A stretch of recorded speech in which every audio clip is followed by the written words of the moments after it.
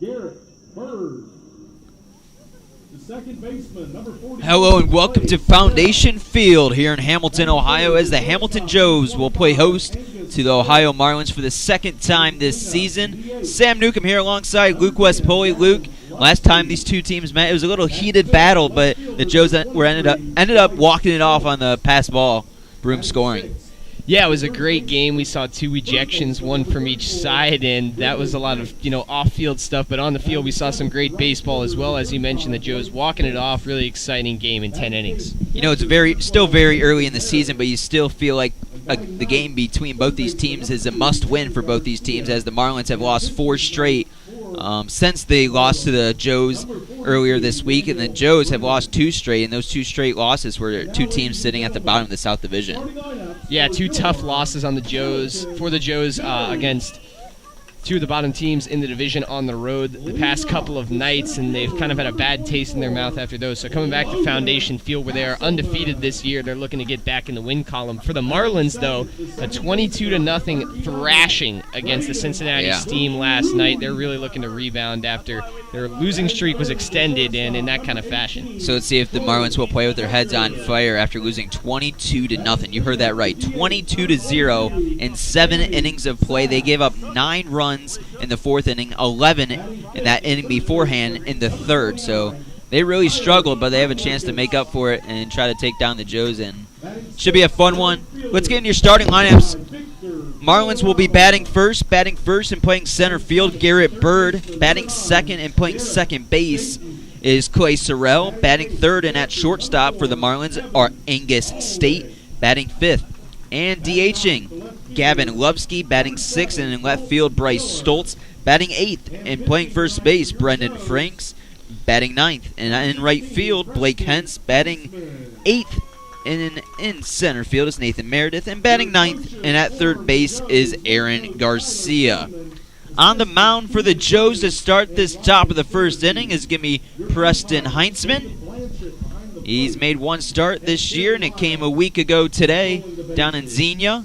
He went 2 innings pitched, gave up 1 run, 2 hits, 4 strikeouts, and walked 3. And he enters today's game with a 4.50 ERA. Let's take a look at your defensive positions for the Hamilton Joes. From left to right in the outfield, Dalton Miller, Logan Castleman, and Victor Valderrama. And in the infield, from left to right, Garrett Staten, Cole Becker, Braden Broom, and Tyler Heinrichs. Heintzman will be on the mound. And behind the dish is going to be Evan Ulrich, making his 6th start of the season out of Ohio State University. Last time these two teams met, we saw an ejection from each team. One that was not in the Marlins lineup that happened earlier in the game, and then late in the game, Logan Castleman struck out and then was later ejected after the umpire said a few words to Castleman, and Castleman did not like it and kind of charged at him and was ejected and had to miss the next game, and then sat out with a right shoulder soreness against the Jazz. But he's back in the lineup again today, as he was yesterday, for the Joes in that leadoff spot. This is the first time the Joes have lost back-to-back games on the season. 4-3 record, but they are 3-0, perfect, here at home at Foundation Field. Light crowd on hand, but a few folks coming to the ballpark today on this Sunday evening. Scorching hot day, but things will cool off here in Hamilton as the night moves on. And Garrett Bird will start things off. He'll dig in for the Marlins on the right side. Bird playing center field for the Marlins tonight. Only has 1 hit on the season, and that one left the ballpark. It was a home run. Here's the first pitch to Heintzman. This one ripped down the third base line. Nice play by Staten, diving to his right. Throw to first in time. So a nifty start for the Joes defense. 1 pitch, 1 out. Yeah, that was a nifty play over there at third from Garrett Staten. He's moved into that spot for tonight's game, and that's a good way to start. We've seen Staten start in the middle infield or at second or short, but this is his first start over at third base in the hot corner, and it only took 1 pitch for the ball to find him, and he made a nice play, saved maybe a double down the third base line. Heintzman's first pitch to Sorrell misses outside for a ball. kick, fire, and this one fouled off into the parking lot here at Foundation Field. Couple clouds in the sky here in Hamilton. Hot day, around 86 degrees. Feels like around 90 when you're in the sun. And all the players right now on the field are in the sun. No shade just yet. 1-1 pitch misses outside for a ball. 6-5 was the score the last time these two teams met. The Joes walked it off a pass ball, and Broom was able to score as this one's lined foul towards the Joes bullpen on the left side. Sam Newcomb here alongside Luke Westpoley. Glad you can join us again here on this Sunday evening on YouTube. We will be bringing all the action, all the broadcasts, home and away, right here on the Hamilton Joes YouTube page. The 2-2 slides outside for a ball, and the count's full.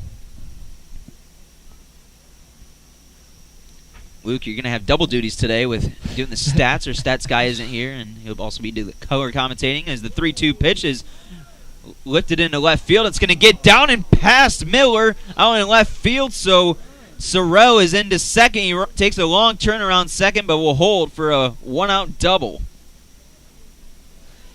Yeah, that ball landed right in front of Miller, and he looked like he was going to make a play on it, and he kind of tripped a little bit and wasn't able to step up to that ball, and then the bounce went behind him, and he had to turn around, and that allowed Clay Sorrell to get over to second.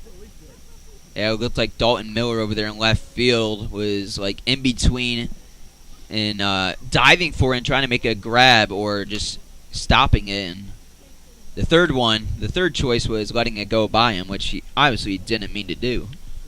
But the first man on for the Marlins in today's game with one out. It's a double from Clay Sorrell, and Angus State will dig in, the shortstop for the Marlins today, as this one misses inside. Angus State, 2 for 11 on the year, has 4 RBIs to his credit this season.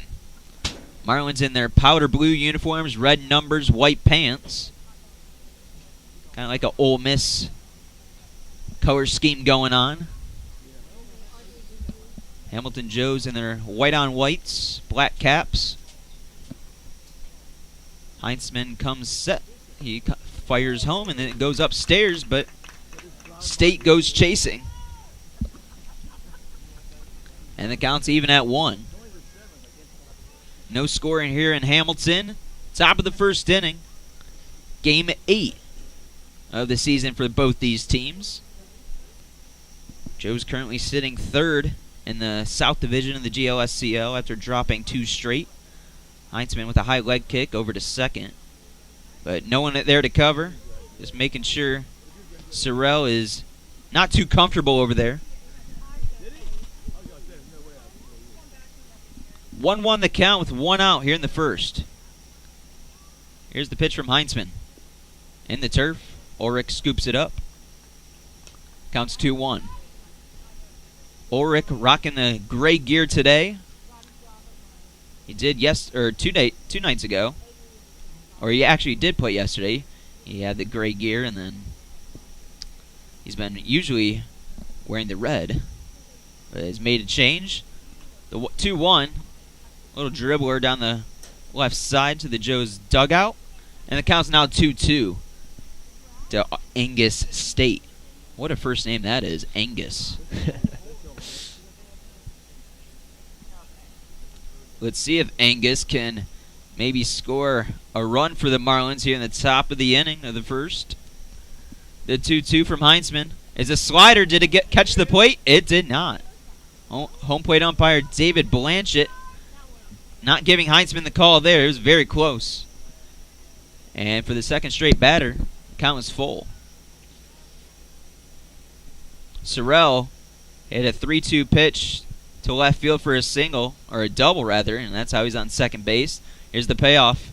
Roped into right field. That's going to get down for a base hit. Sorrell around third. He's on his way home. The throw is cut off, and it's an RBI single to start things for the Ohio Marlins after they were shut out 22-0 in yesterday's game. They start tonight's game with a double and then an RBI single to lead 1-0 early on.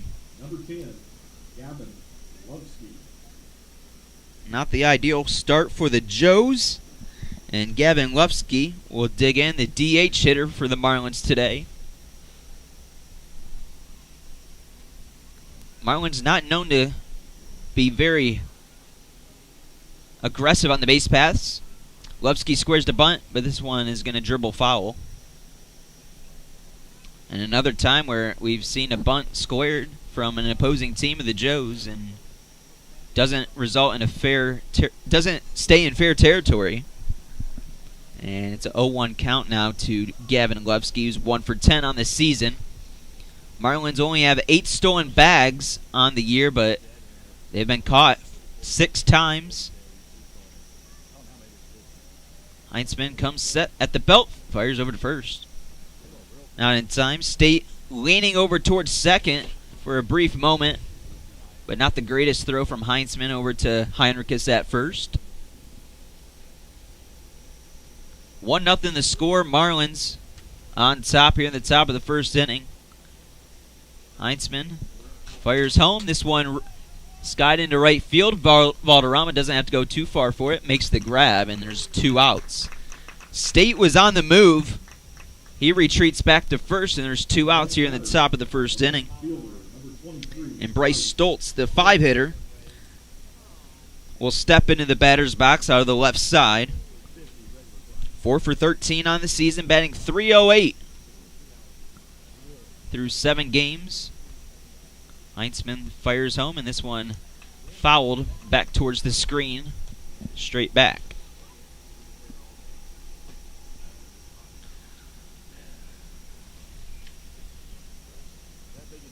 I wonder how long Heinzman will go today.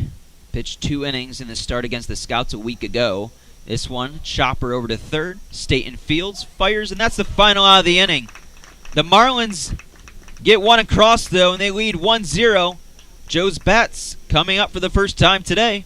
We'll have the lineups when we come back. You're listening to Hamilton Joe's Baseball on YouTube.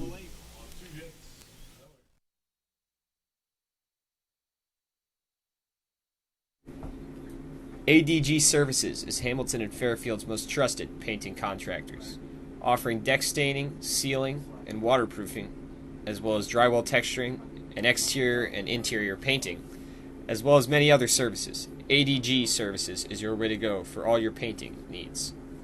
Visit them at 456 Sims Road in Fairfield or give them a call at 513-295-2767.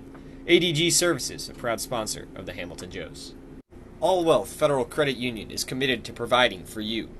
Through convenient online banking, home and auto loans, saving accounts, checking accounts, credit cards, and more, All Wealth can provide for all of your banking needs.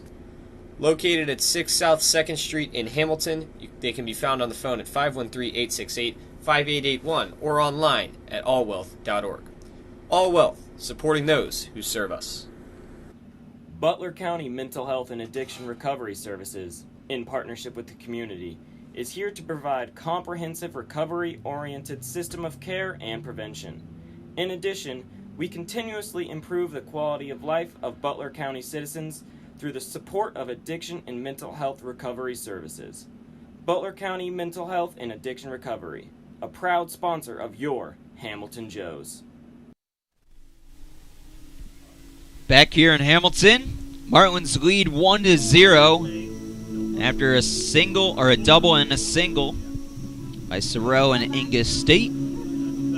So the lead's 1-0 for the Marlins. Let's take a look at your starting lineup for the Hamilton Joes. Batting first and in center field, Logan Castleman. Batting second and second base, Braden Broom. Batting third and at shortstop, Cole Becker. Batting fourth and making his first start as a Joe this season, and DHing, Sammy Sass. Batting fifth and at first base, Tyler Heinrichs. Batting sixth and in right field, Victor Valderrama. Batting seventh and at third base, Garrett Staten. Batting eighth and behind the dish for the Joes, Evan Ulrich. And rounding out the lineup in the ninth spot and playing left field is Dalton Miller. Castleman struck out 3 times in yesterday's game. Did not have a hit. Reached base twice on a walk and hit by pitch. He came around to score 1 time. Leads the league in runs scored at 12. Joe's bats have been really quiet the past couple games. 10th in team average at .234. It's the first pitch to Castleman. Ground ball to the shortstop, State. State fires to first in time to get this speedy Castleman. So Castleman can't reach. He swings at the first pitch, and it results in a 6-3 putout to start the bottom half of the first. And now Braden Broom, who's swinging a hot bat right now. Batting .238 on the season, but went 2 for 4 yesterday in the loss against the Scouts. Joes led 5-1 in that one for a brief moment. And then the Scouts tied it up in that very half inning to at 5, and we went to extras. And the Scouts were able to score on a passed ball, or a wild pitch, you could say, to win 6-5 and win 2 straight for the Joes, or win 2 straight for the Scouts. Ground ball, chopper towards third base, and this one is airmailed, but making almost the grab was Frank's over his head, but he couldn't haul it in. And it's going to be a base hit for Braden Broom. Up for your Joes, the shortstop, number 18, Cole Becker. So Braden Broom reaches base for the first time tonight for the Joes. The Joes didn't have a base runner in yesterday's game till the 5th inning, or the 4th inning. Or no, it was the 5th inning. Looking at the wrong game. Brenneman fires one in there for a ball. Last time Brenneman started a game was against this very Joes team. He's made 3 appearances on the season, making his 4th tonight. He comes set below the belt, waits, now fires home, and this one inside again for the second ball of the at-bat to Cole Becker out of Moorhead State. Becker got his first hit of his summer in yesterday's game. Had a lot of hard hit balls, but a couple of the times found the mitts of the outfielders of the Scouts. 2-0 pitch from Brenneman. Curls in to the strike zone for a strike. Counts now 2-1. Yeah, it was on that road trip. The Joes had a little bit of a tough time against the Jazz and the Scouts, but one positive that can be taken out of it is guys like Becker and John Sanjul broke out of slumps and got their first hits for the team this year. So now everybody on the roster has reached base with a hit at least once this year. Brenneman checks on Broom over there at first. Broom 2 for 2 on the season and attempting to swipe a bag. 2 on the count. That one dives low and outside for a ball. The count now 3-1 to Becker. Becker batted .211, started 45 games at Moorhead State.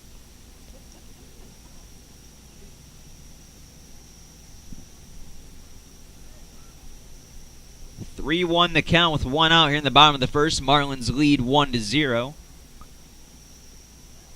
Brenneman comes set, delivers home, rope towards third base, but making the grab is Garcia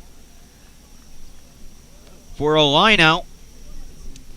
Smart base running over there for Braden Broom to get back in time so he's not doubled up. Your next batter, But once again, Cole Becker hits one on the barrel of the bat, number 22, Sammy. but has nothing to show for it as he walks back to the dugout. Sammy Sass now, the DH hitter for the Joes, just arrived yesterday. The first pitch to Sass, curls in there on the inside corner for a strike. Sammy Sass out of Wright State. He was actually on that team that he traveled with the team that went down to Knoxville and almost beat the Volunteers in Game 1 of that regional. Tennessee walked it off on a grand slam. The 0-1 to right field, and tracking that down is Blake Hentz over his shoulder. And that's the third and final out of the inning. Sammy Sass flies out to right field, and that will end things here in the first. After one inning, Marlins 1, Joes 0. We move to the second here on Hamilton Joe's YouTube.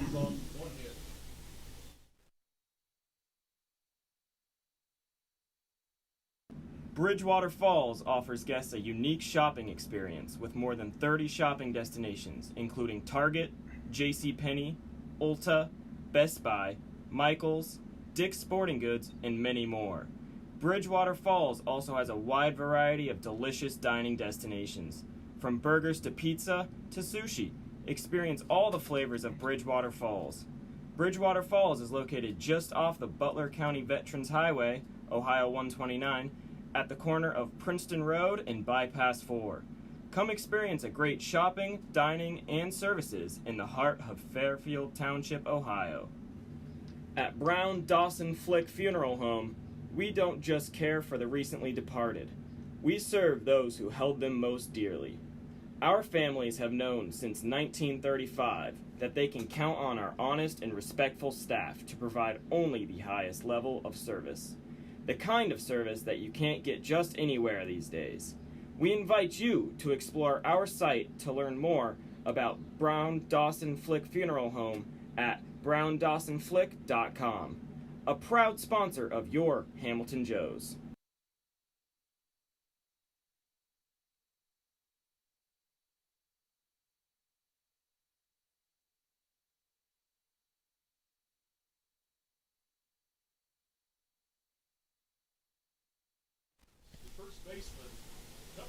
Back here at Foundation Field, 1-0 the score. Marlins on top after they scored in the top of the first inning off a double and then an RBI single from Angus State.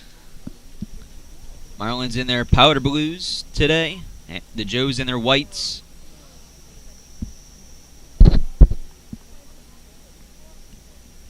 Heinzman's going to get a new baseball over there on the rubber.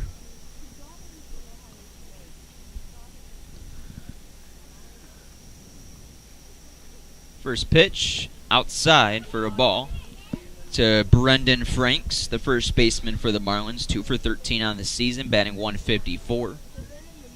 Heinzman right back to work, and this one catches the outside corner for a strike.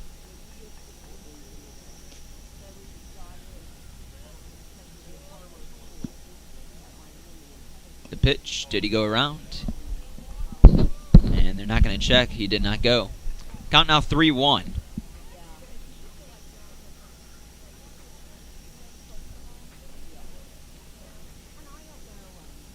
The pitch from Heinzman.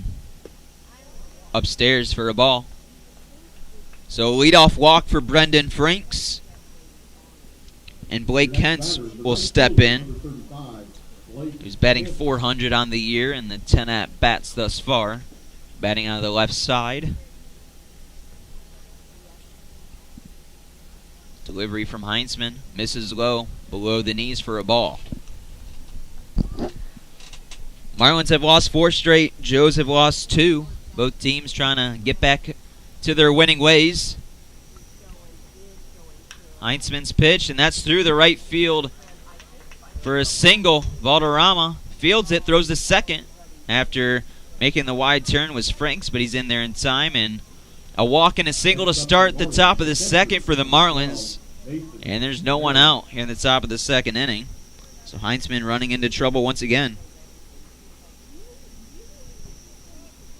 Now the catcher, Nathan Meredith, will step up to the plate. Meredith 1 for 4 against the Joes pitching in the first time they played on Tuesday.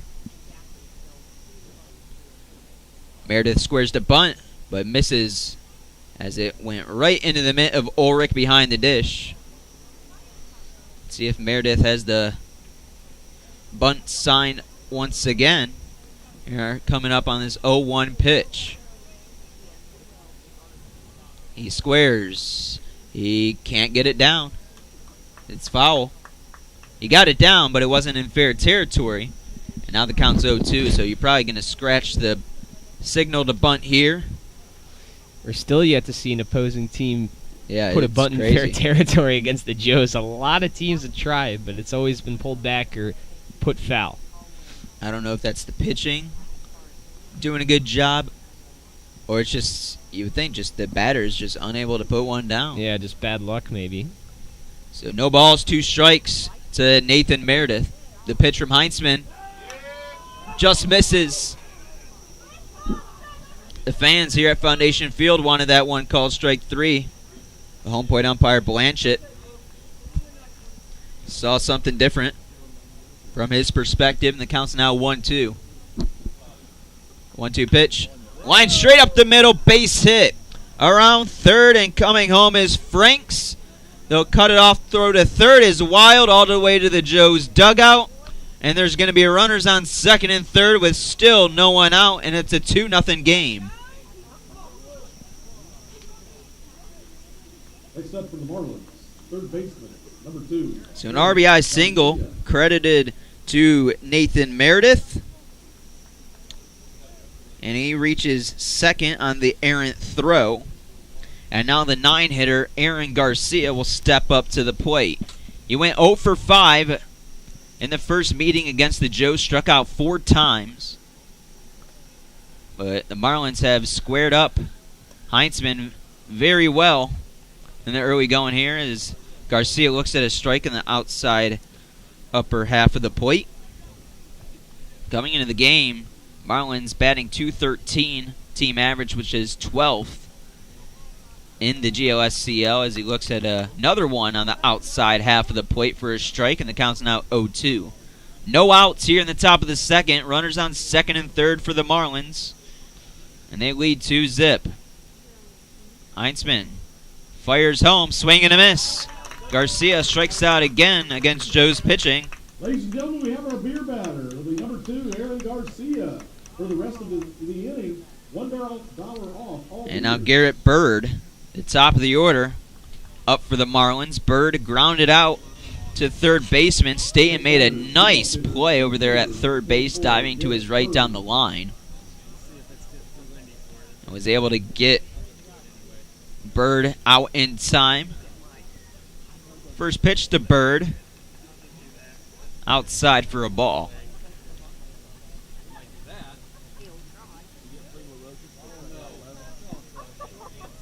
Bird just has 1 hit on the season. It was a long ball against the Steam a couple nights ago, and this one in the turf. Ulrich keeps it in front of him.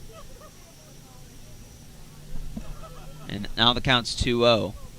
No one is really warming up in the Joes bullpen. There's one guy over there just casually maybe getting stretched out for a potential chance of he could come in relief in this one. 2 balls, no strikes to the one batter, Garrett Bird.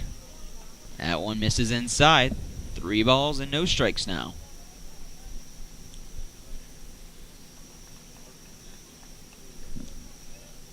Two nothing the score here at Foundation Field. Marlins on top here in the top of the second inning.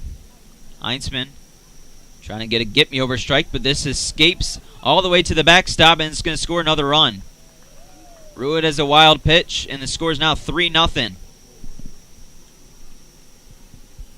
So Blake Hentz comes to score. Nathan Meredith advances from second to third. And Garrett Bird reaches on the walk. And now Ryan Finnerty, assistant coach, will come out to talk to Heinzman.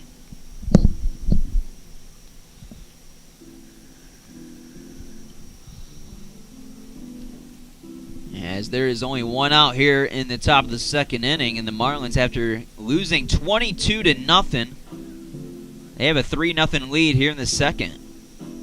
Joe's pitching has been a strength this season. Team ERA of 2.87. Obviously, that's increased through an inning and a third, but coming in today had the first best ERA in the GLSCL, second in opponent average, and 86 strikeouts, which is also second in the league. They find themselves atop a lot of the statistic categories in pitching. Preston Heinzman struggling today. Runner on the move. Ulrich fires a second. It was actually cut off. Didn't reach all the way to the second base. It was cut off by Braden Broom, trying to maybe catch the guy at third off guard and see if he maybe was heading home on that throw. But now 2 runners in scoring position as Bird gets the stolen base. Second and third now for the Marlins. Clay Sorrell had a double and came around to score in the very first inning. His first at-bat to left field, and he looks at one in the strike zone for a strike. Hit one to left field to Dalton Miller, and Miller was kind of in between at diving at it or stopping it, but instead it went by him all the way to the fence for Sorrell to reach second on the double in his first at-bat.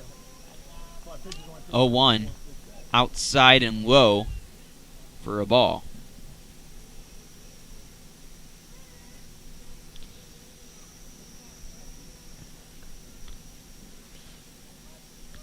One the count.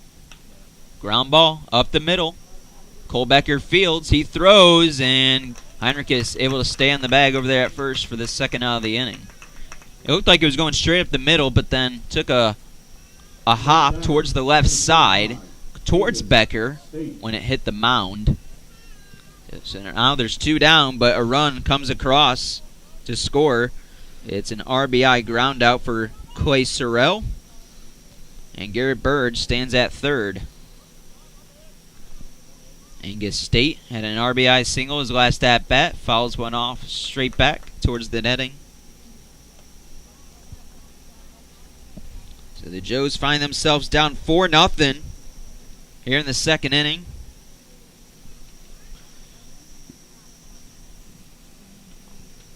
This is tied for their largest deficit of the season. They trailed 4-0 against the Jazz and ended up losing that one 4-1 as their bullpen came in and really pitched well. But their bats just couldn't make an effort to make a comeback. Heinzman comes set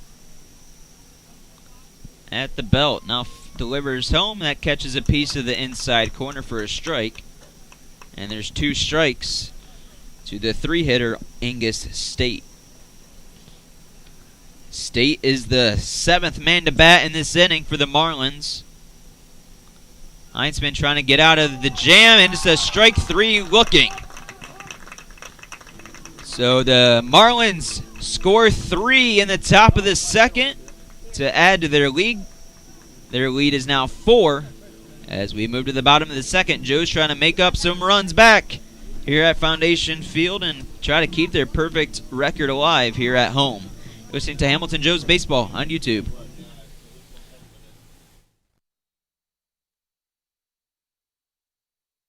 Carefree Heating and Cooling is an AC service in Hamilton, Ohio you can trust. When you are looking for a quick AC repair in Hamilton, Ohio, turn to the professionals at Carefree Heating and Cooling.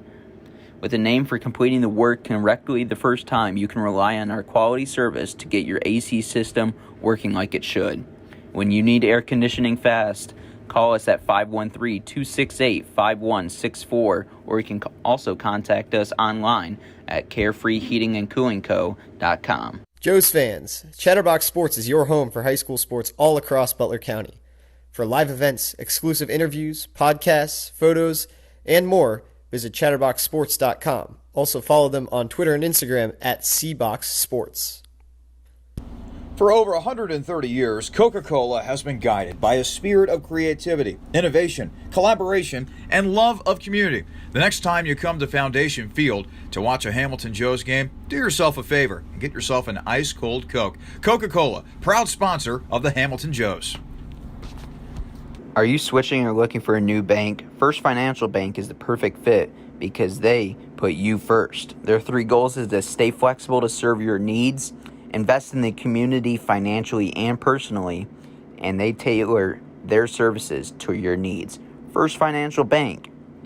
When it comes to managing your money, they make it easy, fast, and secure.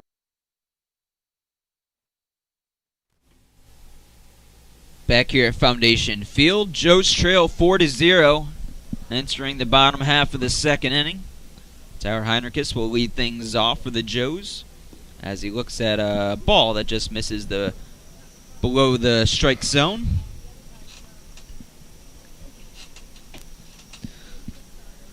Four to 0 the score. The Joes gonna have to manufacture their way back into this one. tied their largest deficit of the season at 4 runs right now. Brenneman sets, fires, fouled off again.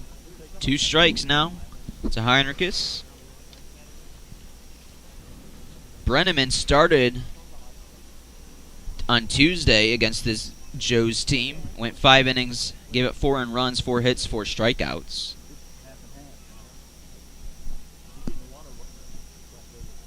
The 1-2 misses outside, way off. Count now even at 2.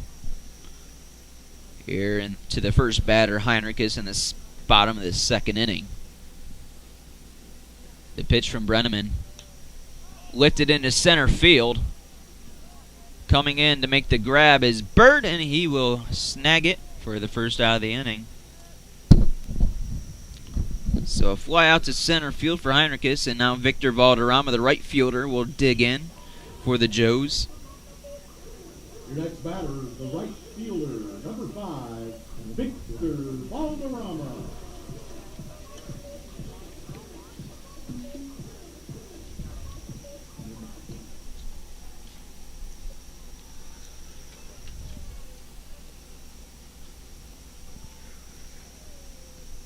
Valderrama looks at a strike. Oh, no, just misses, actually. Looked good from our vantage point. Right here behind home plate in the press box. Valderrama out of Rutgers, but will be playing his ball somewhere else next season. This time, Brenneman finds the strike zone and the count's even at 1. Valderrama, 1 for 5 in yesterday's game, batting .250 on the season. Same pitch, it was a slider, misses outside, and the count's 2-1.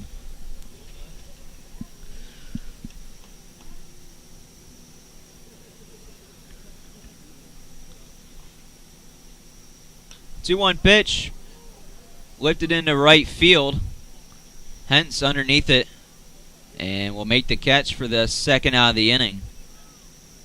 So back-to-back flyouts from Joe's bats. And now the 7-hitter, Garrett Staten, will dig in. Batting .333 on the year, 5 for 15 total. Trying to get on base and possibly start a 2-out rally for the Joes. Joes haven't scored in the first or second inning since the Jazz win, and that was the home opener on Saturday, I believe, last Saturday, when the Joes won 11-3. Ever since then, the bats have been very quiet. 2 quick pitches, 2 quick strikes to Garrett Staten. Did not play in the game against the Scouts yesterday.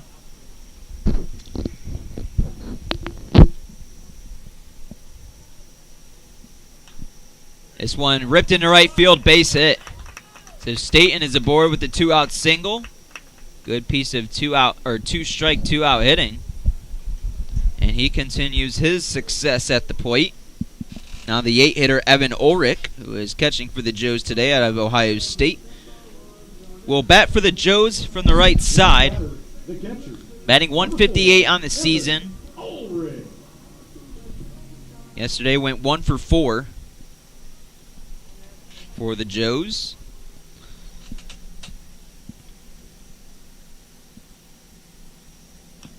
This one a high chopper back to the catcher. Actually, Meredith fields it, but can't get a clean delivery out of his mitt as he was trying to throw to first. And I believe that's going to be called a base hit for Evan Ulrich. Didn't go very far, but it was high. And Ulrich is aboard in back-to-back singles for the Joes with 2 outs. And now Dalton Miller will come up to the plate to bat with 2 outs in the bottom of the second. Joes trail 4-0 in this one after the Marlins scored 1 in the first, 3 in the second. Miller batting $188 on the season. Trying to deliver for the Joes and cut a bit into that deficit. This one skied into left field. Miller got underneath it, and Stoltz makes the grab for the third and final out of the inning. So the Joes get back-to-back hits with 2 outs, but they leave both of them stranded. We go to the 3rd inning. Marlins 4, Joes nothing here from Foundation Field. You're listening to Hamilton Joes Baseball on YouTube.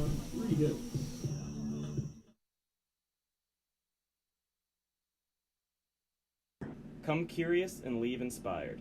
The Fitton Center for Creative Arts isn't just a building, it's an experience. We are a nonprofit community arts organization that has been a part of the Hamilton community for over 20 years. Visit us soon to see what we have to offer. Learn something new in one of our art classes or workshops that are open to students of all ages. Be enthralled by extraordinary musicians, actors, and dancers at one of our live performances. Stroll through our remarkable art galleries or reserve one of our diverse venues for your special event.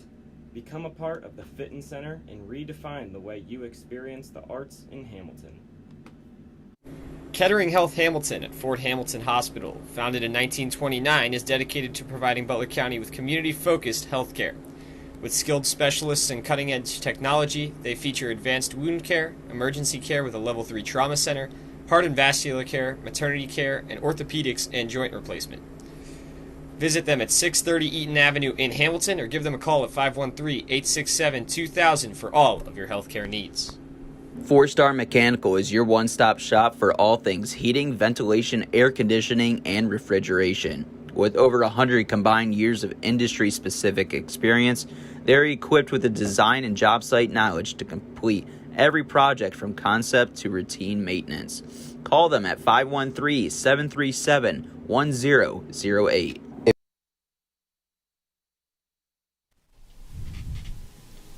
New pitcher for the Joes is going to be Zach Breeden. So Preston Heinzman goes 2 innings pitched, giving up 4 earned runs, 4 hits, 2 strikeouts, and 2 walks. Zach Breeden on the season plays his ball at Miami University of Hamilton. They did not have a season this past year, but this is Breeden's 3rd appearance as this one's popped up to Heinrichs as he's in foul territory. It's off his mitt and drops to the gravel for just a strike instead of an out. Zach Breeden, actually only his 2nd appearance of the season. Pitched a 1/3 of an inning, gave up 3 walks and struck out 1. Swing and a miss from Lubsky, and it counts 0-2. Lubsky flew out to right field to Valderrama back in the 1st inning. Breeden winds, fires home, high and outside for a ball. Breeden's fastball can reach 90. His southpaw out of Cincinnati. This one lined into right field. It'll one-hop to Valderrama's mitt, and it's a single for Gavin Lubsky to start things off here in the 3rd inning. Next up for the Marlins, number 23, Bryce Stoltz. So that's the 5th hit of the day for the Ohio Marlins offense. They only had 5 hits total in yesterday's loss when they lost to the Steam 22-0 in 7 innings. But swinging the bats well here early on against the Joes as Breeden fires one in there for a strike. To Bryce Stoltz, who grounded out to 3rd. Only 8 stolen bases on the season for the Marlins, which is last in the GLSCL, as this one's fouled off to the parking lot for another strike, and the count's 0-2 again. The 2nd straight batter, Bryce Stoltz. Breeden gets his signal from Ulrich. Comes set at the belt. Looks over to first. Now delivers home. And it's poked foul again. So Stoltz staying alive after back-to-back foul balls to the parking lot. Here on this hot evening in Hamilton, Ohio. Couple clouds in the sky. 0-2. Swing and a miss. At the letters. Stoltz is retired swinging, and there's one out here in the third. Yeah, that was a good at-bat there on the mound from Zach Breeden. He really struggled in his first go. This is his first time facing collegiate hitters in his career. Just graduated high school and looking a little more comfortable here today. Popped up towards the Marlins dugout, and Heinrichs will have room to make the catch. Right in front of the fencing, in front of the Marlins dugout, and there's 2 outs now here in the top of the third inning. Yeah, we talk about Breeden, that his first outing. He struggled with his command, walked 3 batters, and one of them was actually walked in for a run. But second time around, he's looking good with 2 outs after giving up a leadoff single. Blake Kentz looks at a strike, and the count's 0-1. Lovsky stands on second with a 3-step leadoff. The southpaw Breeden fires home, swing and a miss. There's 2 strikes now to Blake Hentz. Hentz singled in his first at-bat. He's 5 for 11 on the season. The 0-2 pitch fouled off for the 3rd time this inning from Marlins bats into the parking lot here at Foundation Field. Got to be aware of where you park over there. Good thing we're parked across way out in the right field, probably like 700 feet or so. So no chance a ball can reach our cars.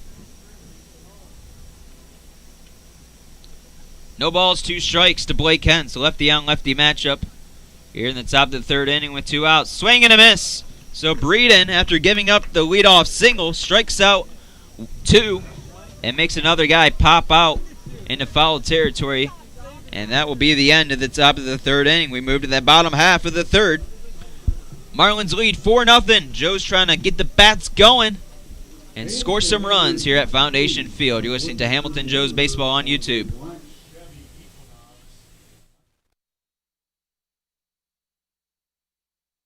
If you're looking for an industry leader in all things related to windows and doors, look no further than L.E. Schofield Window and Door Co. With over 7 decades of experience in providing window and door repair and replacement services, as well as glass, screens, and other products, you can count on them to get the job done right the first time around. Call them today at 513-863-8932. Woman-owned and family-operated, M&G Body Shop has a honest and dependable staff that has over 30 years of experience bringing cars back to life. M&G Body Shop can get your car back safely on the road, providing a wide variety of services including bodywork, frame adjustment, painting, total loss evaluation, window and glass repair, collision repair, alignment, insurance claim reports, and paintless dent repair, and more. Visit M&G Body Shop at 12018 Hamilton Avenue in Cincinnati, or call them up at 513-851-9056. Are your clothes still dirty after going through the wash? Is your fridge failing to keep things cold?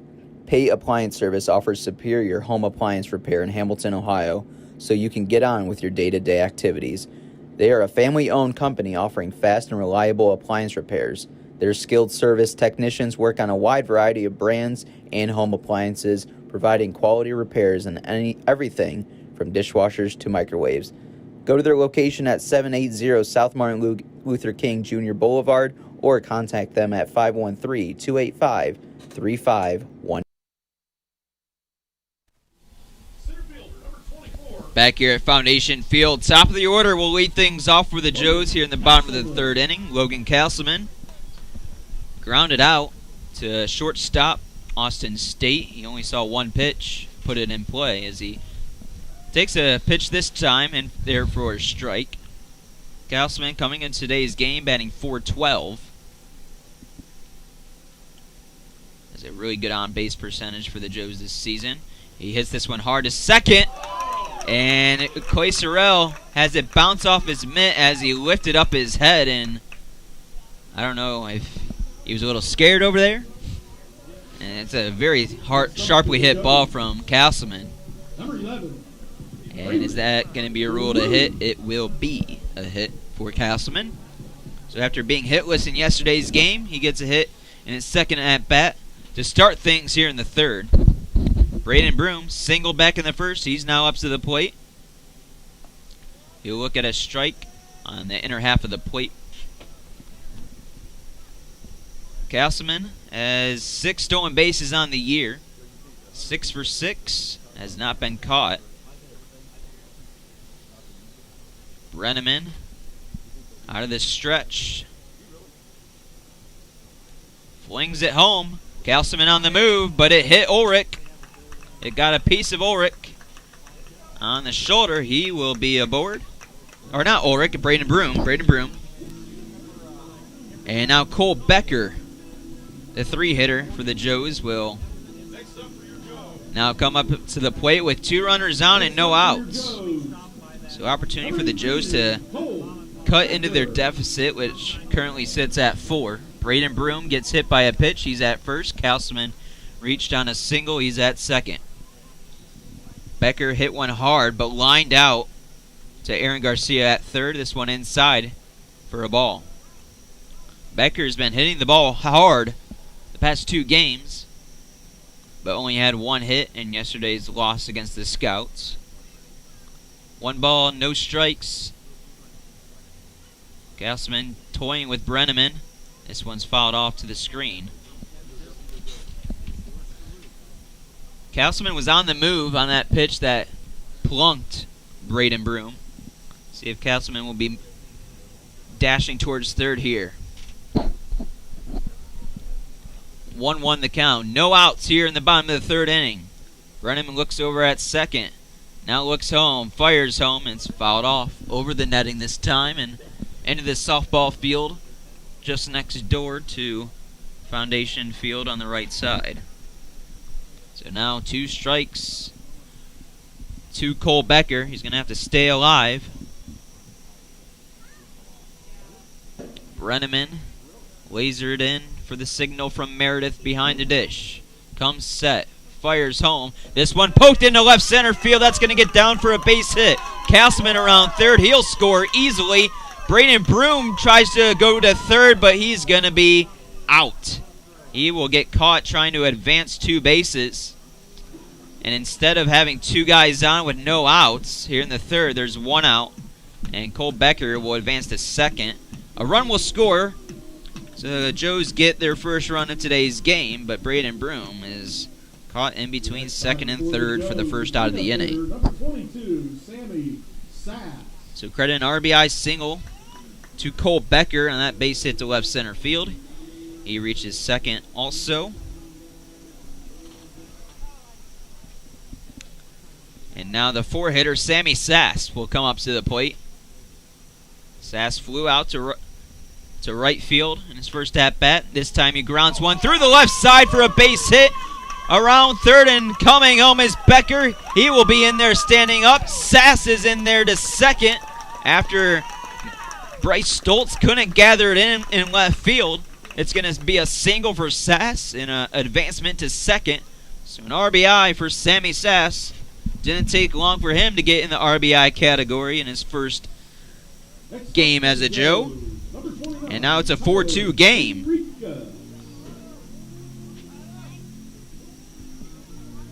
So 3 hits already from the Joes' bats. 4 guys have reached base, but Braden Broom was caught in between second and third off the single from Becker. And now the 5-hitter Tyler Heinrichs will step up to the plate with 1 out here in the bottom of the 3rd inning.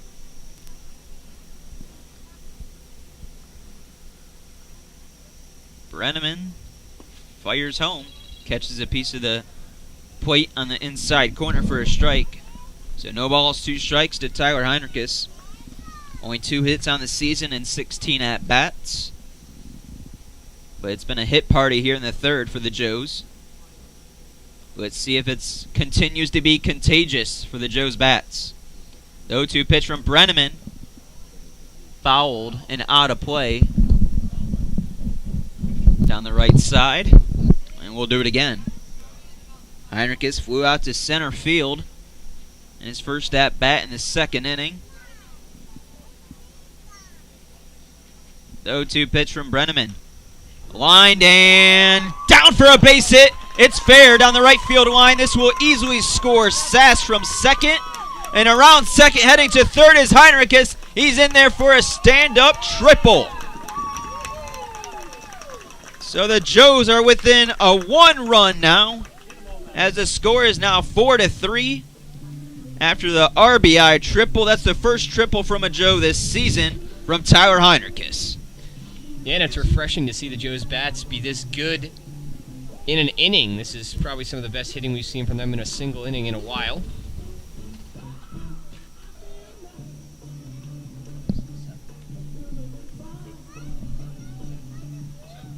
That's the 7th hit for the Joes in today's game through only 2 1/3 innings. That is actually the 4th hit of this very inning here in the 3rd, as the Joes have plated 3. Led off was Logan Castleman. He singled. He came around to score. Braden Broom was hit by a pitch and then was out in between 2nd and 3rd, trying to advance 2 bases off the single of Cole Becker that scored Castleman. And then Sammy Sass got one through the left side that scored Becker. And then Heinrichs hits one down the right field line in fair territory with a triple, and that one scored Sass. So 4-3 the score here in the bottom of the 3rd inning. And with 1 out, Valderrama has a chance to tie this one up if he's able to sky one out into the outfield or hit a ground ball somewhere you would think on the right side. First pitch from Brenneman to Valderrama is in there for a strike after the mound visit. Middle infielders are actually in, so trying to keep their lead is the Marlins, and probably a hard ground ball to the infield will probably try to look back, as this one's hit right back to the pitcher. Brenneman loses his mitt out of it, but gets Valderrama, as Valderrama hit that one hard, but straight back to the pitcher Brenneman for the 2nd out of the inning, and holding put over at 3rd is Heinrichs. Yeah, that was the right decision by him. He really didn't have a chance. It was a good job by Brenneman on the mound to knock that ball down. And now with 2 away here, Garrett Staten needs a hit to try and tie this game. So with 2 outs, Garrett Staten will now be up to the plate and try to give the Joes their 4th run of the inning and tie things up at 4. The first pitch to Staten, outside half of the plate, called strike by David Blanchett. Brenneman gave up 4 earned runs in his first start of the season that came against this Joes team. 3 thus far in today's game. The pitch is a slider, but fouled off for the 2nd strike of the at-bat to Garrett Staten. So he's down in the hole. No balls, 2 strikes. Staten singled back in the 2nd inning. It was just the last inning, and he was stranded at second base, batting .333 on this year. That one upstairs for a ball. Meredith had to come out of his stance to get that one. Tyler Heinrichs leads off at 3rd base after an RBI triple to make this a 4-3 game. There's 2 outs. Here's the pitch from Brenneman. In on the hands and upstairs as well, and Staten swings and misses for the 3rd and final out of the inning.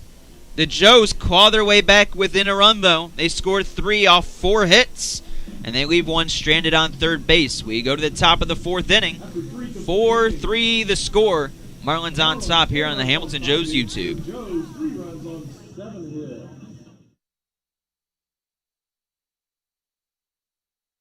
9. Pfefferly Tire and Auto is your car's home for all of its needs. Whether you just need a quick oil change, a repair, or you're in the market for new tires, Pfefferly will get it done with professionalism and honesty. And with convenient locations in both Fairfield and Hamilton, there's always a place nearby. Planet Fitness strives to create a workout environment where everyone feels accepted and respected. That's why at Planet Fitness Hamilton, Ohio, we take care to make sure our club is clean and welcoming, our staff is friendly, and our certified trainers are ready to help. Whether you're a first-time gym user or a fitness veteran, you'll always have a home in our judgment-free zone. Queen City Hospice is your local, independently owned and operated center that is dedicated to providing patient-centered care and support to residents of the greater Cincinnati area in whatever place they call home. We understand that our staff is the most important aspect of our organization, and that is why we hire only the most qualified and compassionate individuals in the industry. This is why our care is second to none. Get ready, Joe's fans. Raising Cane's is Back here at Foundation Field, the Joes, after trailing 4-0, get 3 back in the bottom of the 3rd inning. Breeden is back out there for his 2nd inning of work after facing 4 batters in the top half of the 3rd. Gave up a leadoff single in that 3rd inning to Gavin Levski, but retired the next 3 batters.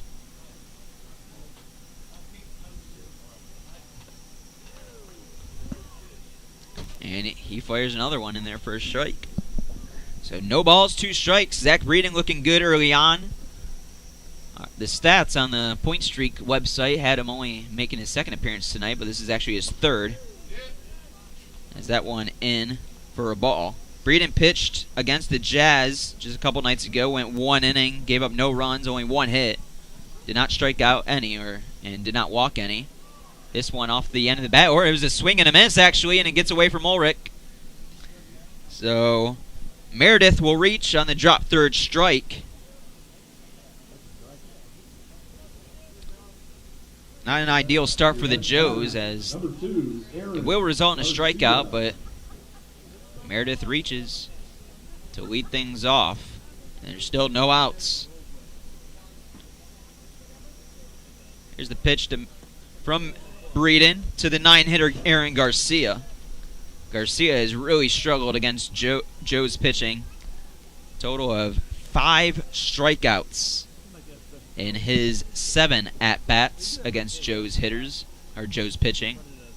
Breeden comes set. He fires home. Garcia squares the bunt, pulls back for a ball. 2-1 the count now to Aaron Garcia. He struck out in the 2nd inning. Only has 1 hit for the Marlins this season.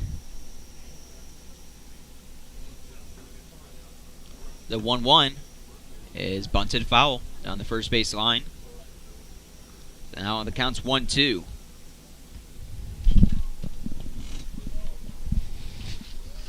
Aaron Garcia now down in the count, 1-2.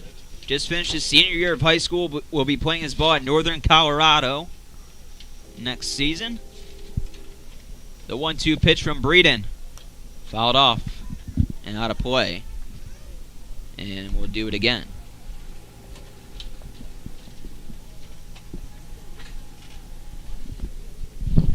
(4-3) the score. The Marlins on top. Meredith leads off at first after reaching on the drop 3rd strike. And on the hands, it's a foul ball.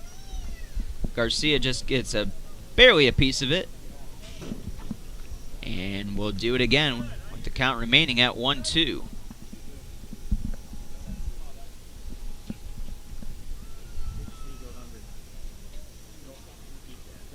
One ball, 2 strikes to the 9-hitter Aaron Garcia. The pitch from Breeden. Ground ball, 3rd base. Staten charging in. His only play is the 1st, and Heinrichs was off the bag after a bad throw from Staten that just sailed to the left. So I believe that will be ruled as an error, Next batter is the top of the order. as Staten had Garcia if it was a good throw, but instead runners on 1st and 2nd with no outs. So a tough break for Zach Breeden on the mound, has faced 2 batters and has done well against those 2 batters. Got a strikeout, but a drop 3rd strike, and Meredith reaches. Squaring the bunt is the leadoff hitter Garrett Bird out of the 1 spot for the Marlins. 0 for 1 on the day, but walked back in the 2nd, was stranded at 3rd to end things in the 2nd inning. So Breeden got the strikeout, but Meredith reached on the drop 3rd, and then a softly hit ground ball from Garcia, but Garcia reached on the errant throw from Staten. So runners on 1st and 2nd, no outs for Garrett Bird. The pitch from Breeden is in the strike zone for a strike.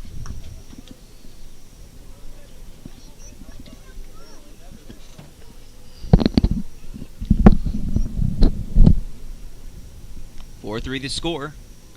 Breeden gets a signal from Ulrich. Now delivers home. And missing the bunt was Bird. And almost catching Meredith way off base over there at second was Ulrich, who fired all the way down there. But Meredith was back in time. So 1 ball, 2 strikes to Garrett Bird, who has 1 hit on the year.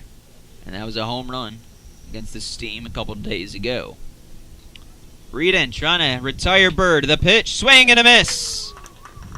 Foul tip into the glove of Ulrich, and there's 1 out here in the 4th inning. And that's a big strikeout for Breeden after a rocky start to this inning. He's able to pick up the first out. Good strikeout from him. And now Coy Sorrell will step into the right-hander's batter's box. Doubled back in the 1st inning and came around to score off the RBI single from Angus State. He looks at one in the strike zone for a strike. The count's 0-1 to Sorrell. Yeah, Sorrell went 2 for 4 against the Joes in their first meeting on Tuesday. Breeden opened the at-bat with a nice curveball that broke into the zone. Just missed on the fastball outside. 1-1 the count to Sorrell. Runners on first and second for the Marlins, and this one is high and outside for a ball.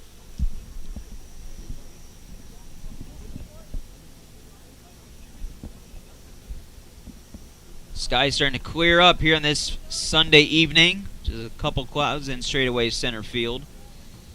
The 2-1. Nice curveball, Uncle Charlie, that dives into the strike zone. It froze Sorrell, and there's 2 strikes. 2-2 the count now with 1 out. After the first 2 Marlins batters reached, and they dropped 3rd strike in an air. The pitch. Chopped up the middle. Becker steps on the bag, throws to first. It takes a 1 hopper, and Heinrichs picks it up, fires home before Meredith can come around to score. So Becker, when he stepped on second, he was off balanced. So his throw was not ideal to first. And Heinrichs couldn't get it on the 1 hop, but was able to be aware of where the Meredith was on base and was able to pick it up and make sure Meredith didn't come around to score. So runners on the corners with 2 outs. Sorrell reaches on the fielder's choice. And now Angus State, who's 1 for 2 on the day, looks at a strike to start his at-bat.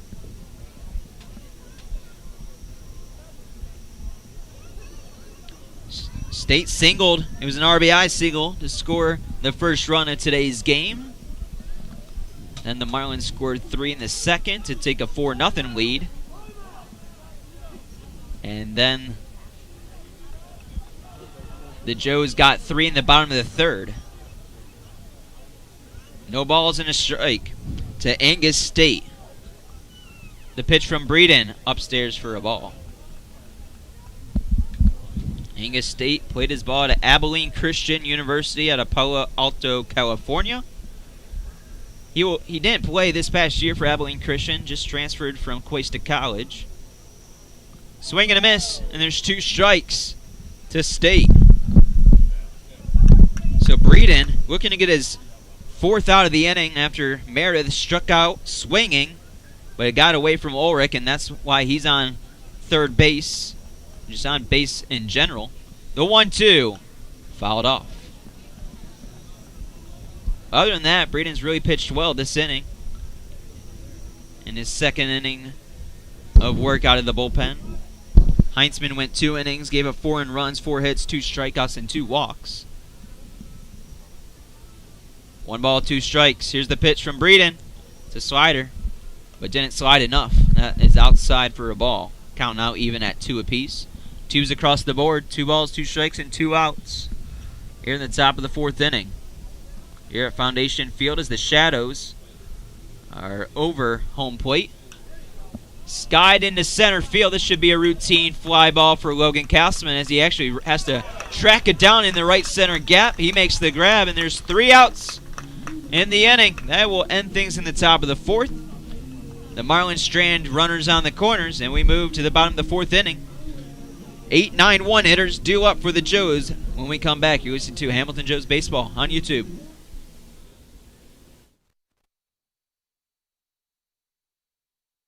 Coming to Hamilton. Opening June 29th at 1479 Main Street, you can enjoy the world-famous flavor of Raising Cane's chicken fingers. Can't wait? Head down to Fairfield, where there's a Cane's located at 5120 Dixie Highway that can satisfy all your cravings right now. Raising Cane's is a proud sponsor of the Hamilton Joes. Hungry Joe's fans, stop by Richard's Pizza before, during, or after the Hamilton Joes game. Order a pizza that was voted #1 best pizza in Butler County, or order one of their famous Italian steak sandwiches at Richard's Pizza, located on 417 Main Street. You can order online or stop by Richard's Pizza for your next delicious meal. The Robinson Fence Company of Hamilton has been serving the community for over 27 years. Receiving an A+ rating from the Better Business Bureau, they have been Hamilton's top choice for gating and fencing needs. Give them a visit at 1635 Howell Avenue in Hamilton, or give them a call at 513-867-0080. At Smoothie King Fairfield, we believe in helping each guest meet their health and fitness goals. That's why our ingredients are chosen carefully, and every one of our blends is crafted purposely so you can rule the day. We can find the perfect blend for you with whole non-GMO fruits, organic veggies, and no artificial colors, flavors, or preservatives. We're ready to serve you a healthy meal on the go with contactless pickup and delivery options. Visit us at 8744 Michael Lane in Fairfield, Ohio, or give us a call at 513-829-0824. Smoothie King, smoothies with a purpose.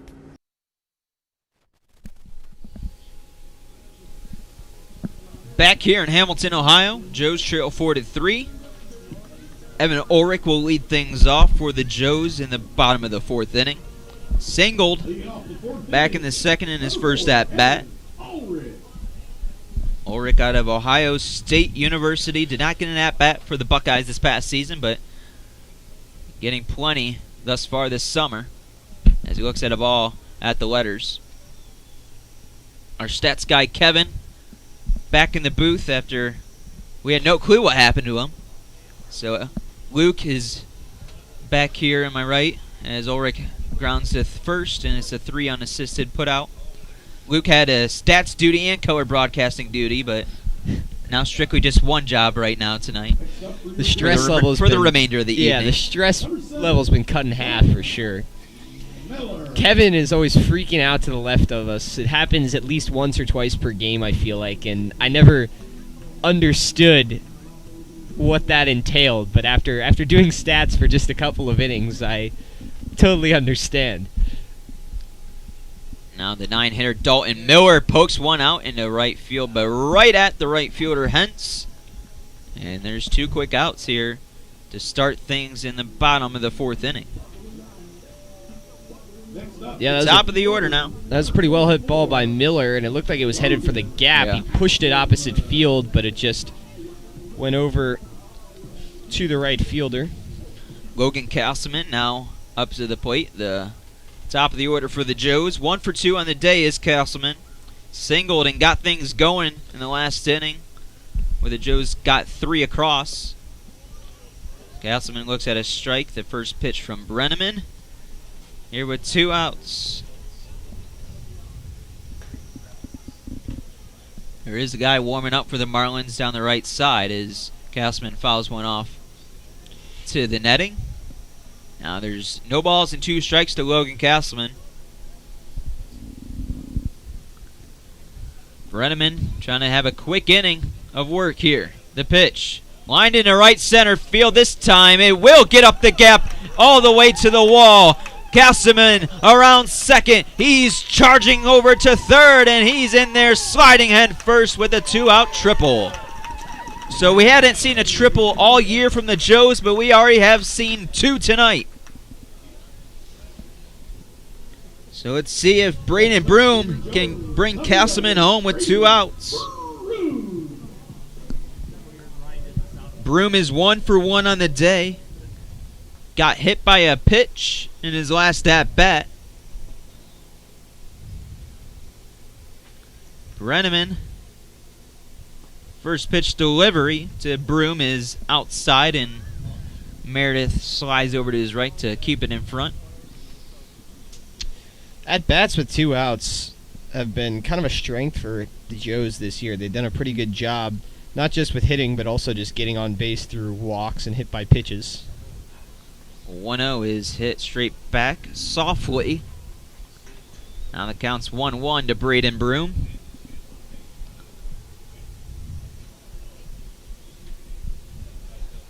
Braden Broom playing his ball at Sanford out of Ringgold, Georgia. The 1-1 pitch from Brenneman. Chopper just short. State Fields fires, and that's the 3rd out of the inning. So Castleman gets a gap in the right center. Gets a triple to his credit, but he is stranded on 3rd with 2 outs, and State gets the ground ball to him to end things here in the 4th inning. Joes leave 1 stranded. We move to the 5th. Marlins 4, Joes 3 here on Hamilton Joes YouTube.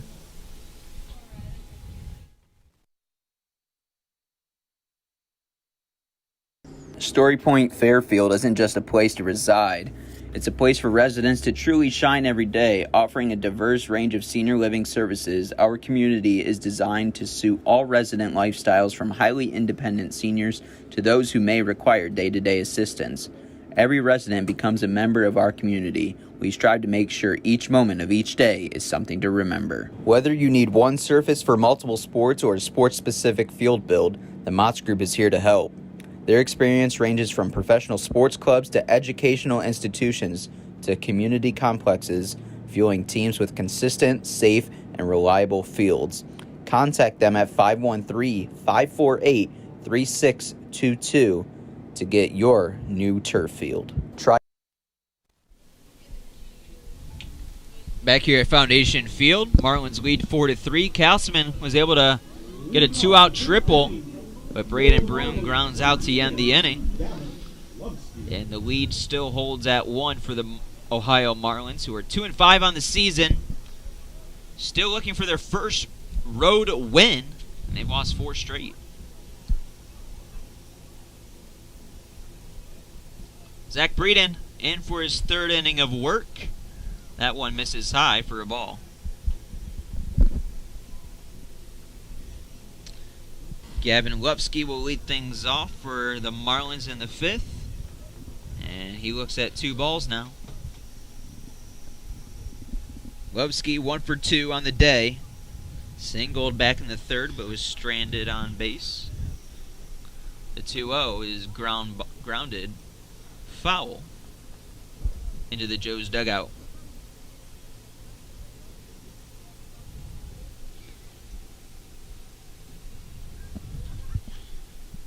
Shadows are across home plate and pretty much left field and partially into center field. Can be tough for hitters when the pitcher is in the sun and the ball comes from the sun to the shadows. Can be tough for hitters to pick up. 3-1 the count. Here's the pitch from Breeden. Swing and a miss. And Levski was off balance as he went to his knees after that hefty cut. Count's now full here with no outs here in the 5th. Breeden, the payoff pitch. Fouled off of Ulrich. And we'll do it again. Ulrich's gotten hit a lot behind the plate this year. He's done a good job toughing it out. And he's had the majority of catching duties for the Joes thus far. But now that Sammy Sass is here, he may have his load lightened just a little bit. Sass is in the lineup today, but DHing like he did majority of the year for Wright State. But his coach mentioned to the Joes coaches that they want him behind the dish quite a bit this summer. The 3-2 pitch is again fouled off in pretty much the same spot.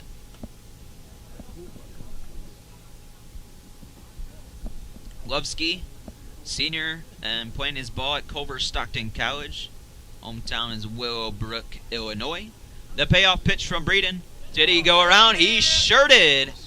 And that's the first out of the inning. It was a ball, but Levski went around for the first out of the 5th. Now Bryce Stoltz will come up to the plate, batting out of the left side. 0 for 2 day for Stoltz. Came into today batting .308. He looks at a strike on the outside corner.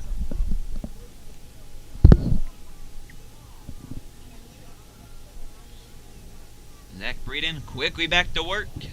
But this time it gets away from Breeden. A little bit high. All the way to the backstop.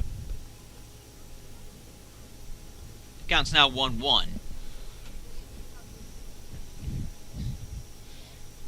The windup, the delivery. This time he finds the strike zone, and that one was a beauty. The slider that starts in the middle of the plate, and it dove to the right for a strike. The 1-2. And that one misses.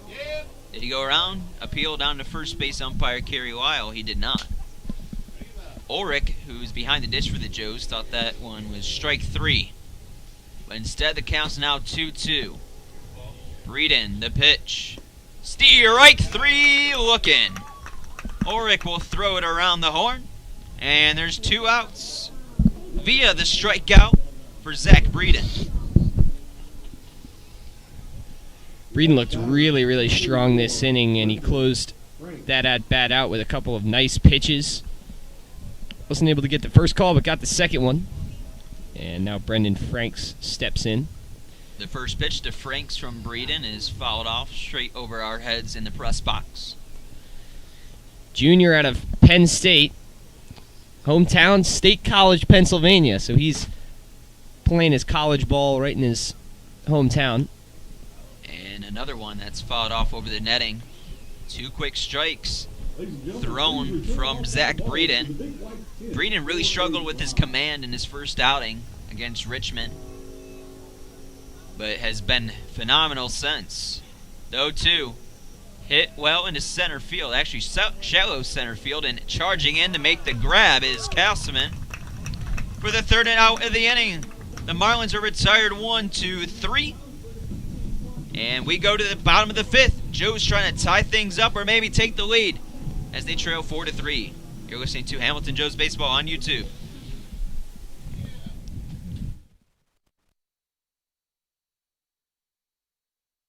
Health Orthopedics and Sports Medicine is safe and ready for you. Have an injury of some sort? Stop by Tri-Health Orthopedics and Sports Medicine located on 3035 Hamilton Mason Road. The physicians and specialists at the Tri-Health Orthopedic and Sports Institute provide a full range of orthopedic care to ensure you don't miss out on a single moment on or off the field.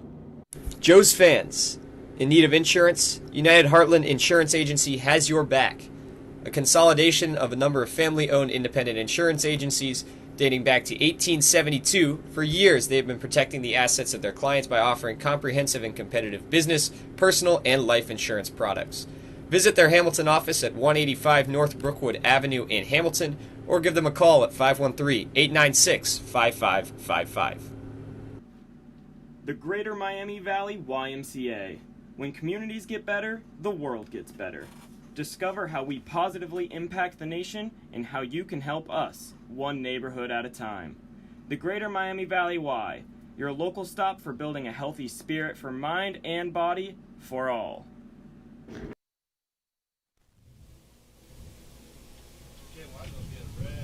Back here at Foundation Field, Joe's trail 4-3. Cole Becker will lead things off for the Joes here in the bottom of the 5th inning. Becker had an RBI single his last at-bat in that 3-run 3rd. Trying to reach base to start things here and potentially tie things up at 4. Joes have out-hit the Marlins 8-5, but still trail by a run. Brenneman back in for his 5th inning of work. That one misses high for a ball. Becker, Sass, and Heinrichs due up here in the bottom of the 5th. The pitch from Brenneman. Line to the 3rd baseman on a 1-hop. Garcia fields, fires, and there's 1 out.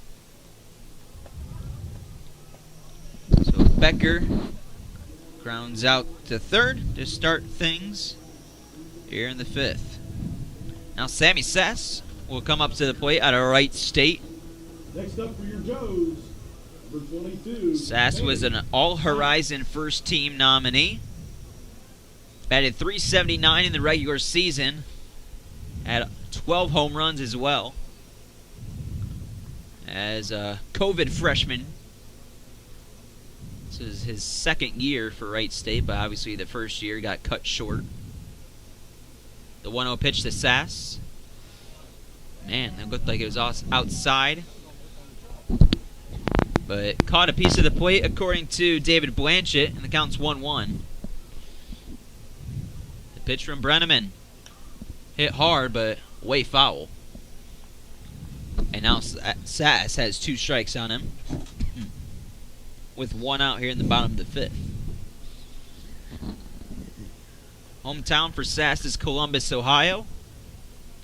And now the 1-2. Did he go around? He did not. It was up and in. But Sass was able to hold from having his bat come across. Now the count even at 2. Sass 1 for 2 on the day. Flew out in the first inning and then singled in the third. And he fouls another one off to stay alive. His single in the third inning also gave him an RBI, his first of the season. He's going to be a big contributor for the Joes in the lineup this year. The 2-2 pitch. Lined into left center field, and this is going to get down for a base hit. Sass takes a long turn around first, but he'll hold for a single. Good piece of hitting there for Sammy Sass, and there's a man aboard with 1 out for the Joes. And now Tyler Heinrichs will come up to the plate. He hit one down the right field line and tripled to get the 3rd run across for the Joes in that 3rd inning, but he was stranded at 3rd base. Sammy Sass takes a 2-step lead off at first, and a wave and a miss from Heinrichs.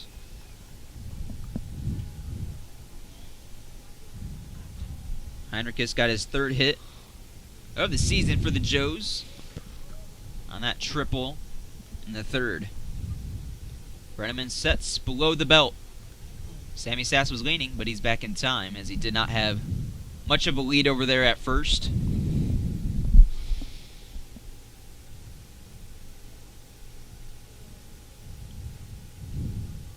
Brenneman out of the stretch. We'll throw back to first, and Sass is back in time. Plenty of time, rather. Golden hour here in Hamilton as the sun is slowly setting.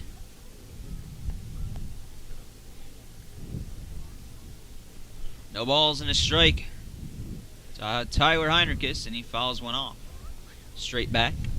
Last time the Joes were at home here at Foundation Field, it was the fastest game of the season. Just a tad over 2 hours as Sam Klein threw a gem, and then Kyle Durham shut things down in the 9th to give the Joes a 1-0 win over the Cincinnati Steam.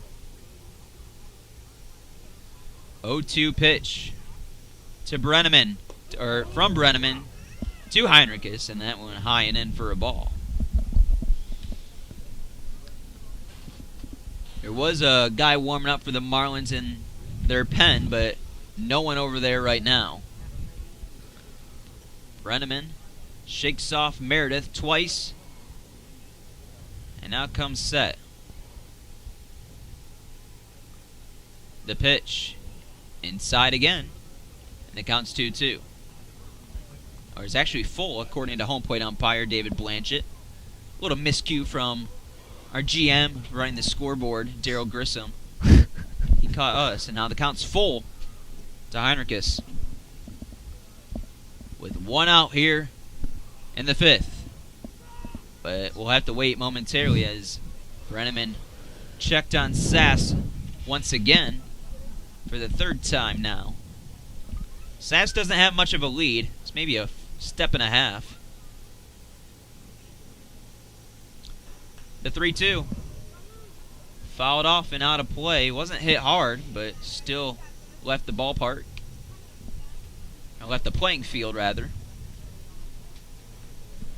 And we'll do the 3-2 pitch all over again. Valderrama is on deck for the Joes. Brenneman gets the pitch from Meredith. Comes set. The payoff pitch. Inside, ball 4. And 2 Joes runners are on with 1 out. And Valderrama, who hit one hard right back to Brenneman. But Brenneman was able to stab at it and keep it in front to get Valderrama out. But we're going to have a mound visit. Not sure if this is the end of Daniel Brenneman's day. And it will be. And coming in to pitch for the Marlins is number 14, Bryce Timko. Played his ball at Fairleigh Dickinson. And hometown is Kerwinsville, Pennsylvania. Number 14, Bryce Timko. Call of the bullpen presented by Chester's Pizza, of course. I wonder what the post-game meal will be tonight. Could be pizza, could be Raising Cane's. The other night we had, it's going to be Cane's, according to our GM, so that is just fine by me. And I'm sure just fine by the players out in the field. Had Raising Cane's for the first time, last time, the post-game meal. And it was good, it was good. Southwest Ohio Classic. Yep. So Timko is a left-handed pitcher. Appeared in 10 games for Fairleigh Dickinson. Pitched 6 2/3, gave up 5 hits, 5 earned runs, walked 9, so he struggled with his command a little bit, and finished with a 6.75 ERA. That last at-bat there, it was great plate discipline by Tyler Heinrichs, who was able to fight a couple pitches off, and then on the 3-2, take one inside to get the walk. Bryce Timko making his 3rd appearance out of the pen for the Marlins this season. Has pitched 4 2/3, has given up 3 hits, 3 earned runs, has walked 4 and struck out 3. He has a 5.78 ERA. Brenneman, final stat line not official just yet, as he's responsible for the guys on 1st and 2nd. But he officially went 4 1/3 in today's game and gave up 8 hits, or 9 hits. 9 hits given up from Brenneman. And he only struck out 1 Joe's batter. So, double V, Victor Valderrama. Up to the plate for the Joes with runners on 1st and 2nd. Sass is on 2nd. Heinrich is on 1st. 1 down here in the bottom of the 5th. The first pitch. And way ahead of that one is Valderrama for a strike. Joes trail 4-3 in this one. They trailed 4-0, but scored 3 in the bottom of the 3rd inning. Now trying to maybe tie things up or take the lead here in the 5th. The pitch from Timko is popped up and out of play. And Valderrama down in the count 0-2.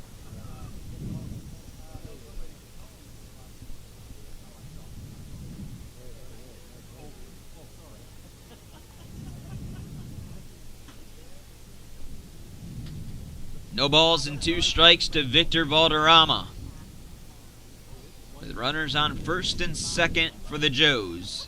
Timko comes set, and this one flared into right field, but that one's gonna be foul as well.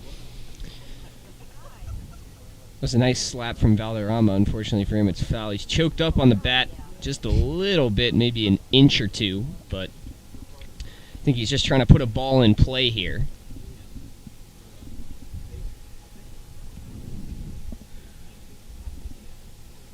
Timko The 0-2 pitch is a slider, but doesn't slide enough. And sliding out of his stance is Meredith to keep it in front, and the count's 1-2.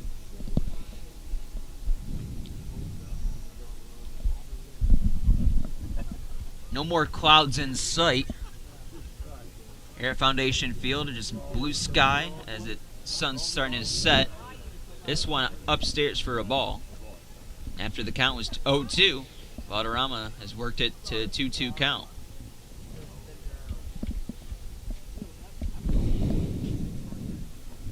Valderrama hit one hard right back to the pitcher in his last at-bat. And he also flew out to right field. The 2-2 pitch from Timko is fouled off again, off the end of the bat, and out of play on the right side. So Valderrama staying alive and fighting off pitches from Timko. This is Timko's first batter. But now his 7th pitch coming up to Victor Valderrama.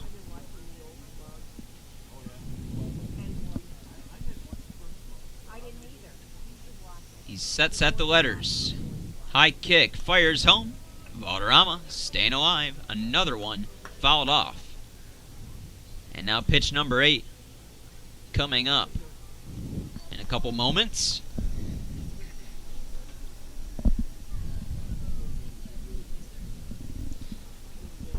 Brenneman, who just exited the game for the Marlins, responsible for runners on first and second. 2-2 the count with 1 out to Victor Valderrama. Timko waits, and time was called right before that pitch was thrown from Timko.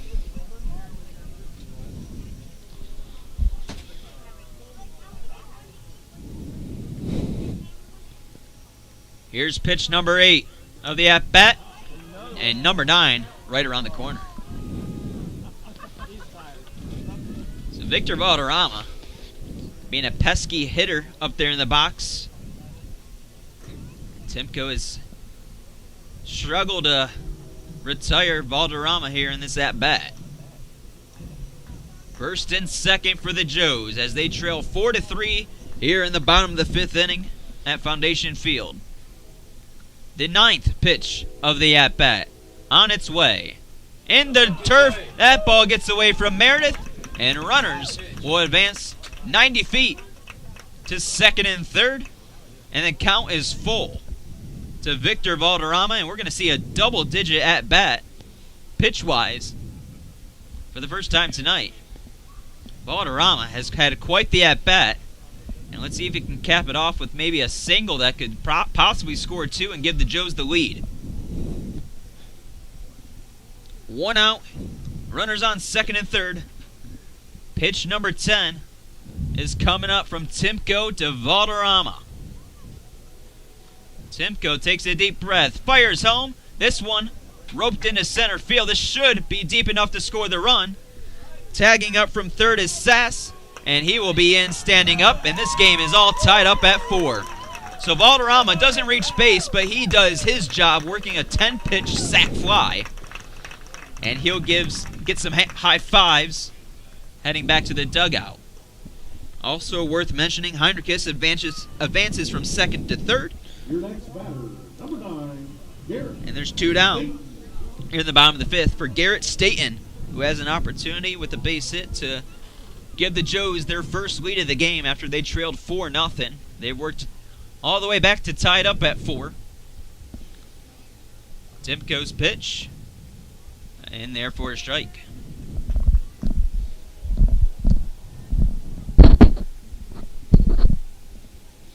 Staten 1 for 2 on the day.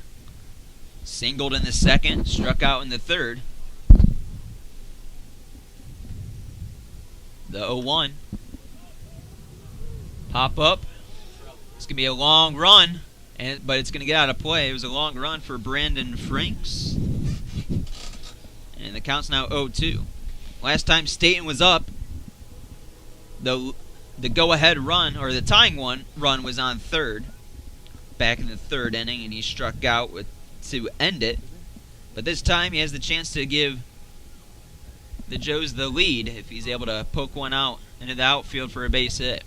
But he finds himself down 0-2. Here's the pitch from Timko. Swing and a miss. And the Marlins strand the runner on third.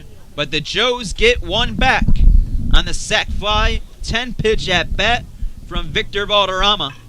We move to the 6th inning, all tied up at 4 apiece, here on Hamilton Joe's YouTube.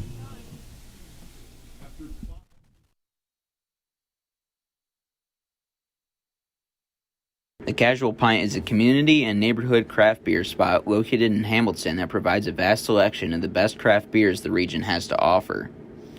They also offer a great selection of food options from appetizers to entrees, so if you just need a snack while you socialize or want to enjoy lunch or dinner, they have something that will hit the spot. Go online and order at hamilton.thecasualpint.com or go to their location located on 130 Riverfront Plaza. That is 130 Riverfront Plaza in Hamilton, Ohio. Proud sponsor of the Hamilton Joes.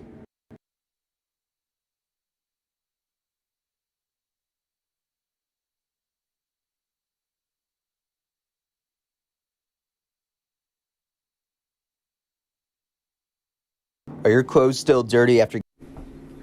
ADG Services is Hamilton and Fairfield's most trusted painting contractors, offering deck staining, sealing, and waterproofing, as well as drywall texturing and exterior and interior painting, as well as many other services. ADG Services is your way to go for all your painting needs. Visit them at 456 Sims Road in Fairfield or give them a call at 513-295-2767. ADG Services, a proud sponsor of the Hamilton Joes.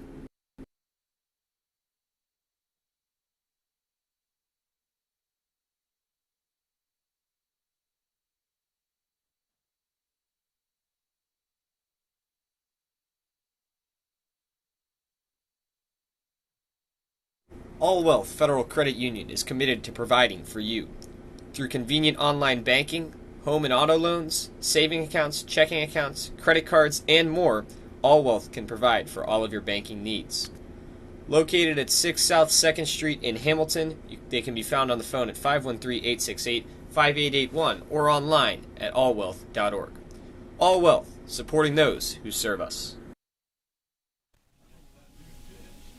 Pine Bluff, Arkansas. So the Joes tied up at 4 apiece here at Foundation Field, trying to stay perfect at home. 4-0 or 3-0 entering tonight's game. Zach Breeden had a great outing in relief. 3 innings pitched, no runs, 1 hit, and 6 strikeouts, and did not walk a single batter. Bryce Smith, the new pitcher for the Joes, is this one upstairs for a ball. Smith making his 3rd appearance, has pitched 2 innings on the season, has only given up 1 hit, no runs, and this bat is shattered. Heinrichs fields it, fires to first, and not in time, so it's going to be an infield single. Heinrichs probably should have let that one go to Braden Broom at second, as it probably might have resulted in an out. But instead, the leadoff man is on via the infield single. And now Nathan Meredith, the 8-hitter for the Marlins, up to the plate. Hence shattered his bat, but gets a base hit out of it. This one lined to center field. Castleman has to let it go on a 1-hop, and hence advances to second, as he had to wait momentarily to see if Castleman was going to make an attempt to catch it. So back-to-back hits, and runners on first and second for the Ohio Marlins. Now Aaron Garcia, the 9-hitter, reached on an error in his last at-bat, struck out back in the 2nd inning. Here's the pitch from Smith as Garcia squares to bunt. This one's going to spin foul as it had a lot of spin towards the right side. And counts now 0-1. See if Garcia will square to bunt once again. Try to advance the runners to second and third.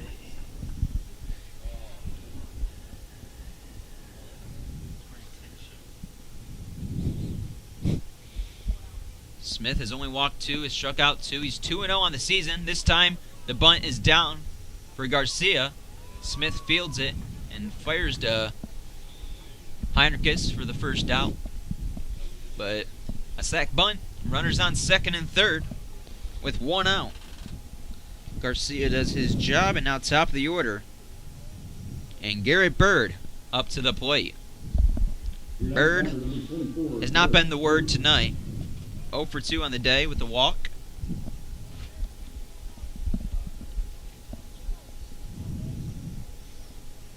Here's a pitch from Smith. Low and inside for a ball. Ulrich trying to do his best to possibly frame that one for a strike, but home plate umpire David Blanchett, who's upping for the Joes for the second time this season, calls it a ball. Runners on second and third, and a tie game at 4 here in the 6th. The pitch from Smith is chopped right back to Smith. Smith throws to first, and it gets away from Heinrichs. That's going to score a run. Hentz is in to score, and Meredith advances to third. I don't know what went on over there at first for Heinrichs, as it just went right off his mitt. And instead of 2 outs and runners on second and third, there's only 1 out. The Marlins have a 5-4 lead. And there's runners on the corners. Defensive woes continue for the Yep. Joes. 3 errors in today's game, and they've really struggled with that in the past couple outings. They are near the bottom in fielding this season. It's been very sloppy out there, and it's cost them runs and games. And after that one, gave the Marlins the lead. Pitch from Smith, lined hard but way foul.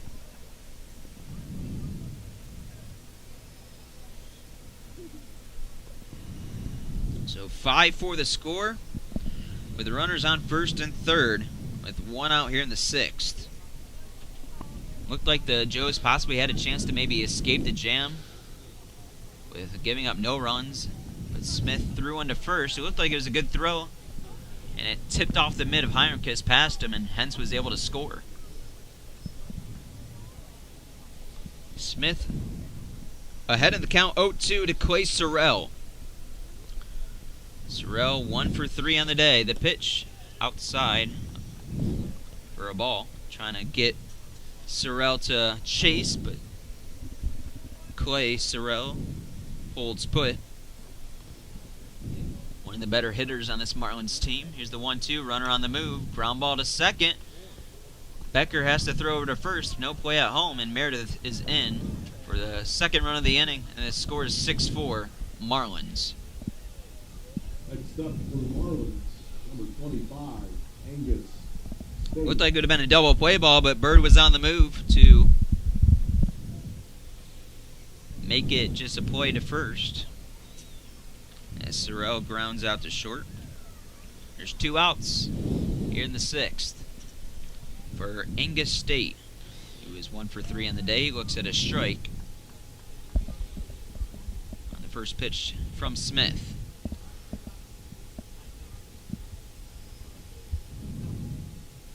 The 1 is fouled off his shin for strike 2.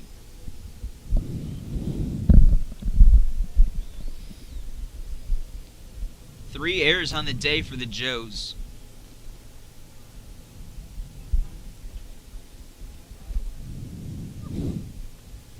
It's been a common theme for the Joes defense all season.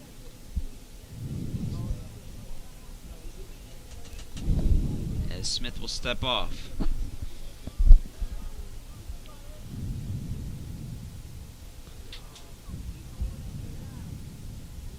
That is the Joes' 18th error of the year.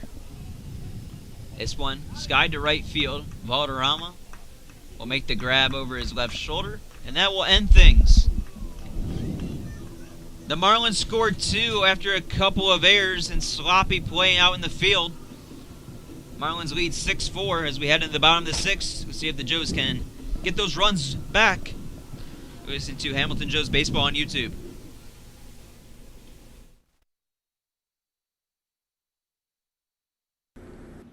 Butler County Mental Health and Addiction Recovery Services, in partnership with the community, is here to provide comprehensive recovery-oriented system of care and prevention.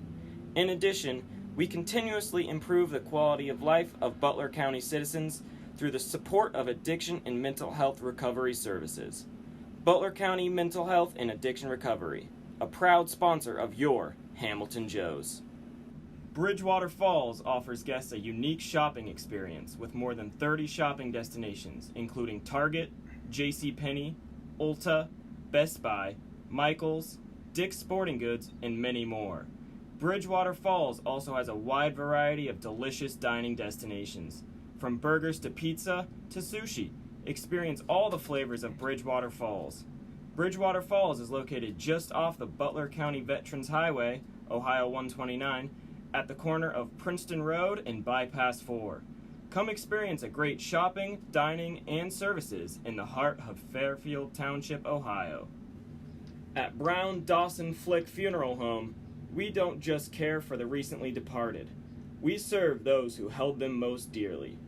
Our families have known since 1935 that they can count on our honest and respectful staff to provide only the highest level of service. The kind of service that you can't get just anywhere these days.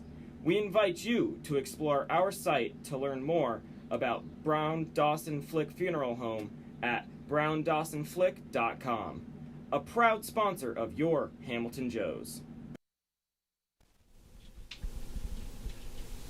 Back here at Foundation Field, Joes trail 6-4 after they were able to tie it up.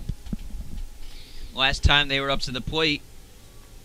Ulrich will lead things off here in the bottom of the 6th. And the first pitch is a ball. Ulrich 1 for 2 on the day. Timko in for his second inning of work, and this one into the turf for another ball. Now count now 2-0.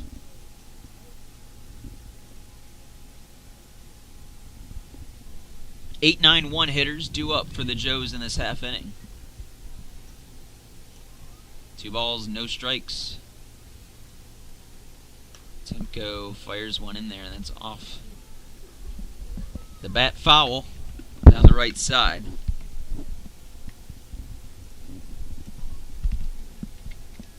Count now 2-1. Ulrich out of Ohio State.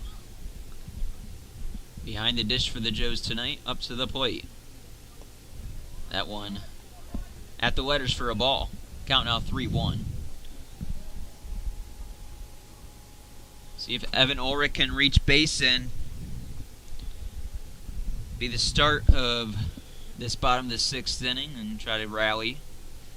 The 3-1 pitch from Timko is chopped to short. State Fields fires a seed and is an out. First out of the inning. Ulrich couldn't beat it out on the softly hit chopper. Now the 9-hitter Dalton Miller up to the plate, who's 0 for 2 on the day. Fly out to left and a fly out to right It's up for the Joes. for Dalton Miller into today's ball game.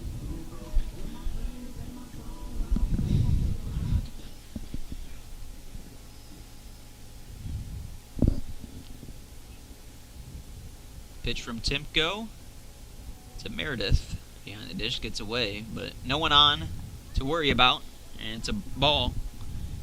First pitch from Timko to Miller. Miller coming into the day batting 188, but after an 0 for 2 start to his day, that's dipped a little bit. Timko misses again. 2 balls and no strikes to Dalton Miller.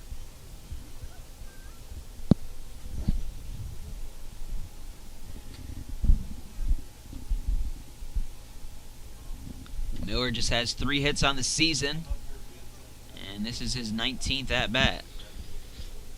The pitch misses high, so now 3-0.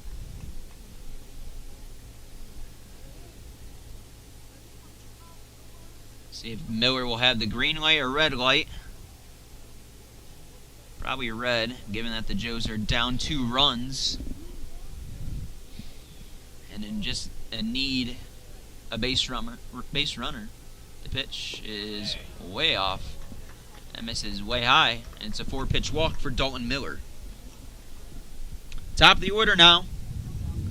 And Logan Castleman, who's had himself a good day thus far. 2 for 3. A single and a triple. After Castleman found a gap in right center field, but was stranded as the triple came with 2 outs.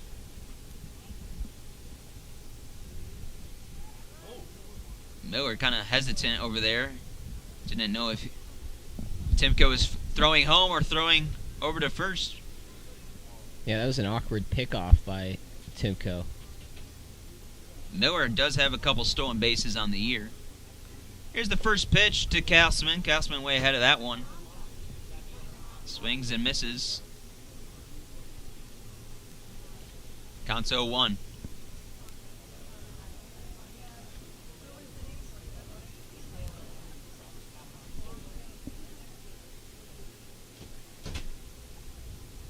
Timko, long pause when he comes set, and now he'll fire home, and Castleman down the count 0-2 after fouling that one off.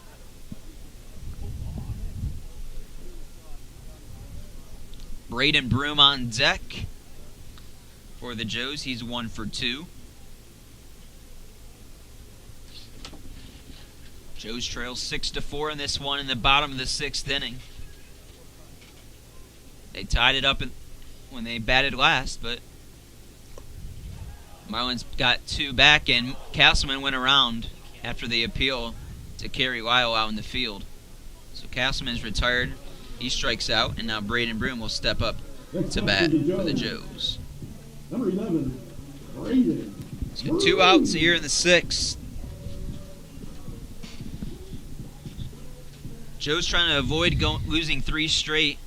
Marlins trying to snap their 4-game losing streak. Both teams in need of a win. The pitch from Timko is fouled off over the screen.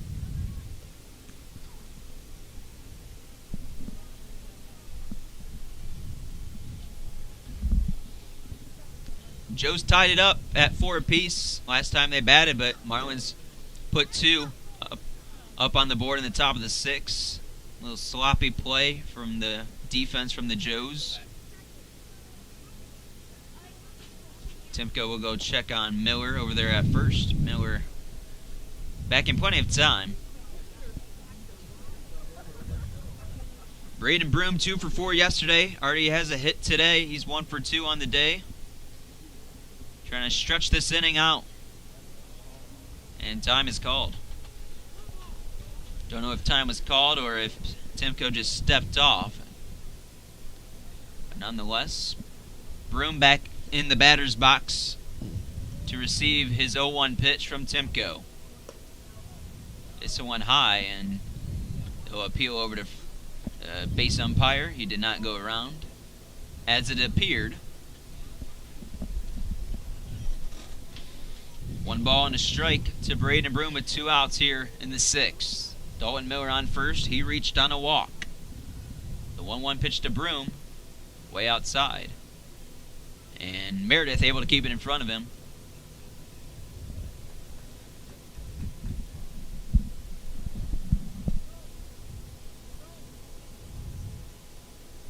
Joes have 9 hits on the day, but still trail by 2 runs. Timko's pitch, and they're in there for a strike. It was a weird strike call. I don't know if the umpire thought it was strike 3, but he realizes that it's only 2-2. So Braden Broom now has to battle with 2 strikes on him. Timko trying to strand that runner on first. The pitch is ball high and outside. Count's now full, so Dalton Miller will be on the move on the pitch. With the count being 3-2 and 2 outs. Cole Becker on deck for the Joes. He's 1 for 3 on the day.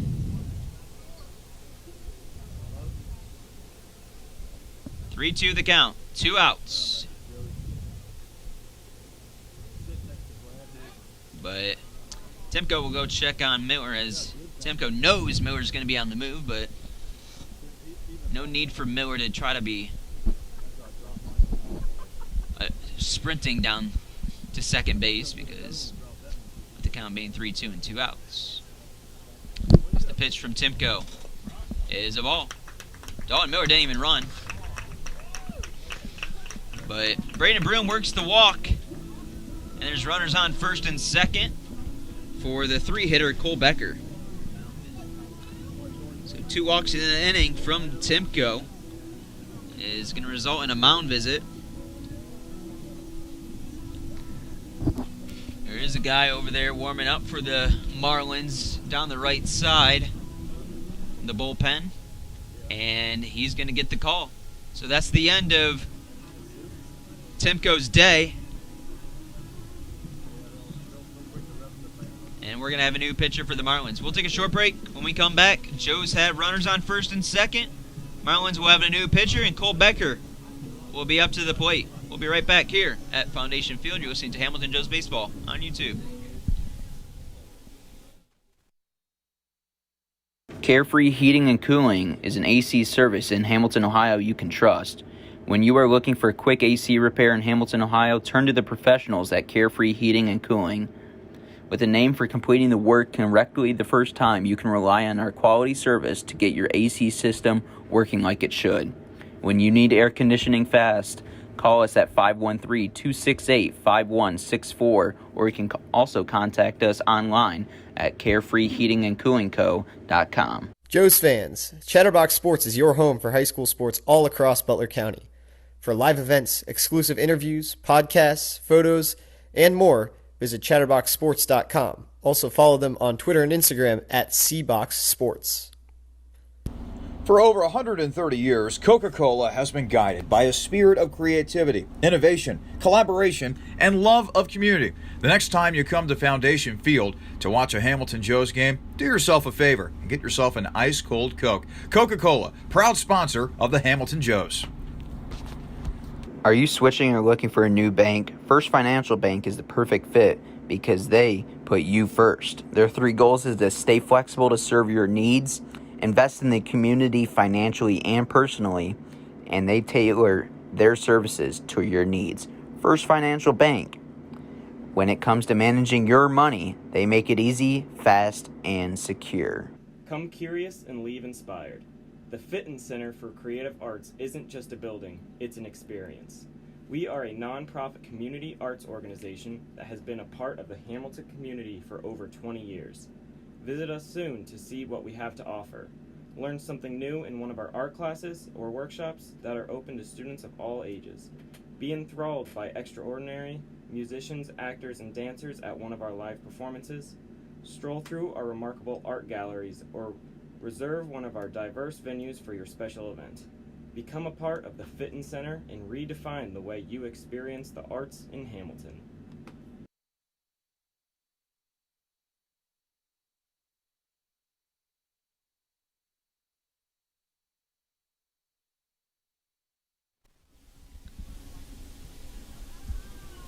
Back here at Foundation Field, new pitcher for the Marlins is Francisco Manzano. He pitched against the Joes in the first game between both these teams and kind of started a lot of everything of the heckling and the intensity of the game as when he struck out a couple guys, he would wave back and kind of taunt towards the Joes dugout and letting them know. The Joes will get a chance to get some revenge on Manzano. They'll have runners on first and second with 2 outs here in the 6th. Joes trail 6-4 in this one. Manzano making his 3rd appearance for the Marlins, has pitched 2 2/3, has given up a hit, a run, but it was unearned. 2 walks and 2 strikeouts. So he still has a 0.00 ERA. Timko goes an inning and a third for the Marlins, gave up no hits, struck out 2 walks, and did not give up a run, but he still is responsible for those guys on first and second.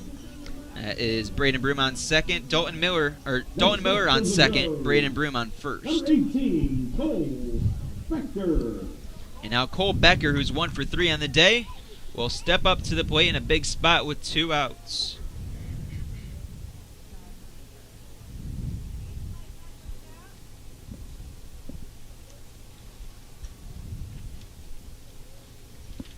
First pitch from Manzano. He looks over at second for a moment, delivers home, is in there for a strike. Manzano, when he last pitched against the Joes, pitched an inning, gave up no hits, no runs, no walks, and struck out 2 Joes batters.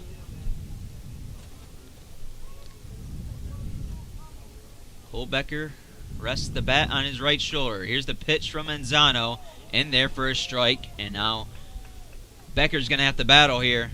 He's in a hole, down 0-2 in the count.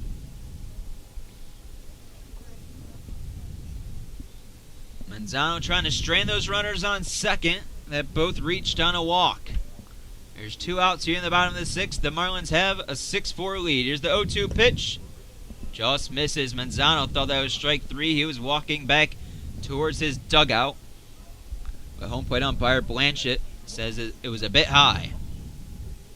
So now the count is a ball and 2 strikes to Cole Becker out of Moorhead State. Manzano, high kick. He fires home, and that one is at the eyes of Becker as Meredith had to jump out of his stance to get that one. 2 balls, 2 strikes, 2 outs. Here in the bottom of the 6th, in a 6-4 game, Joe's trail. But they have 2 runners on, first and second.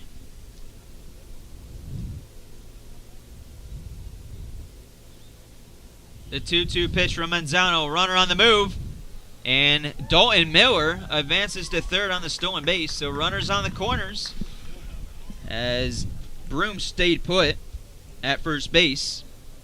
Count is now full with 2 outs. So after the count was 0-2 to Becker, he's worked it full. Runners on the corners, 2 outs in this one. In a 6-4 game. Cole Becker up to the plate, who's 1 for 3 on the day with an RBI. Manzano fires home, runner on the move, and that will load him up. Broom was on the move because it was full with 2 outs. Becker exchanging a couple words with Manzano as he was walking or trotting towards first. And the bases are juiced for Sammy Sass.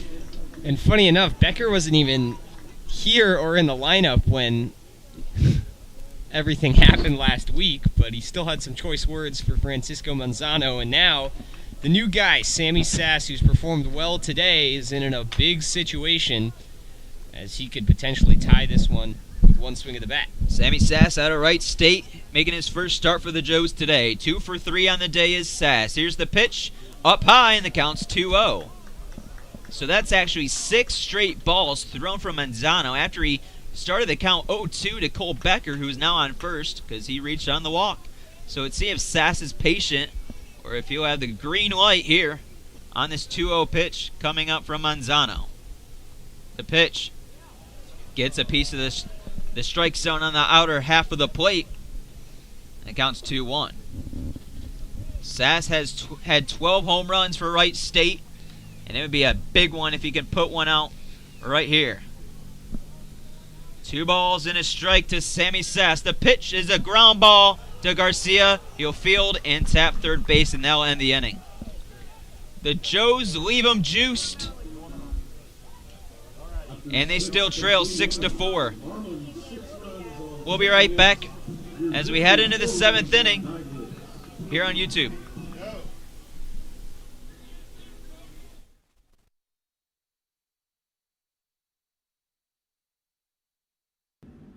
Kettering Health Hamilton at Fort Hamilton Hospital, founded in 1929, is dedicated to providing Butler County with community-focused health care.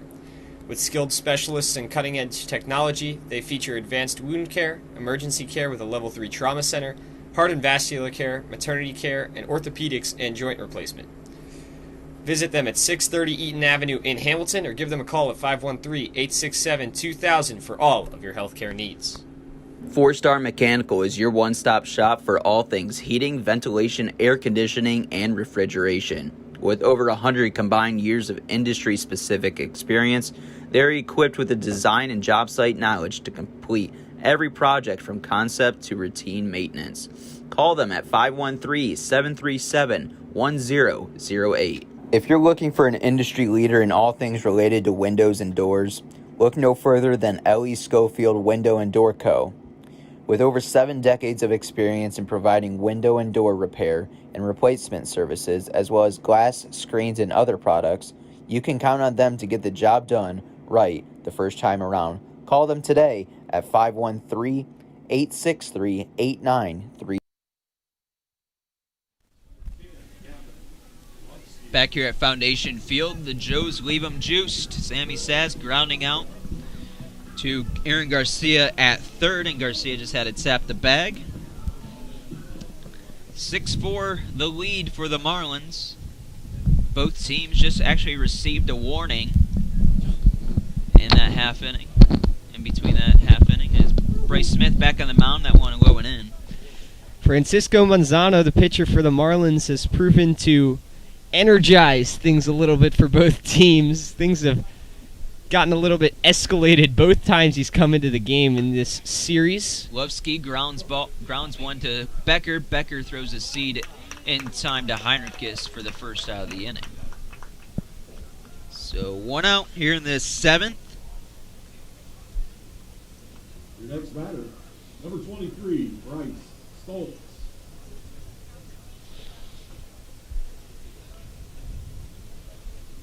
Bryce Stoltz will come up to the plate. 0 for 3 on the day is Stoltz, and he swings and misses. Foul tip into the glove of Ulrich.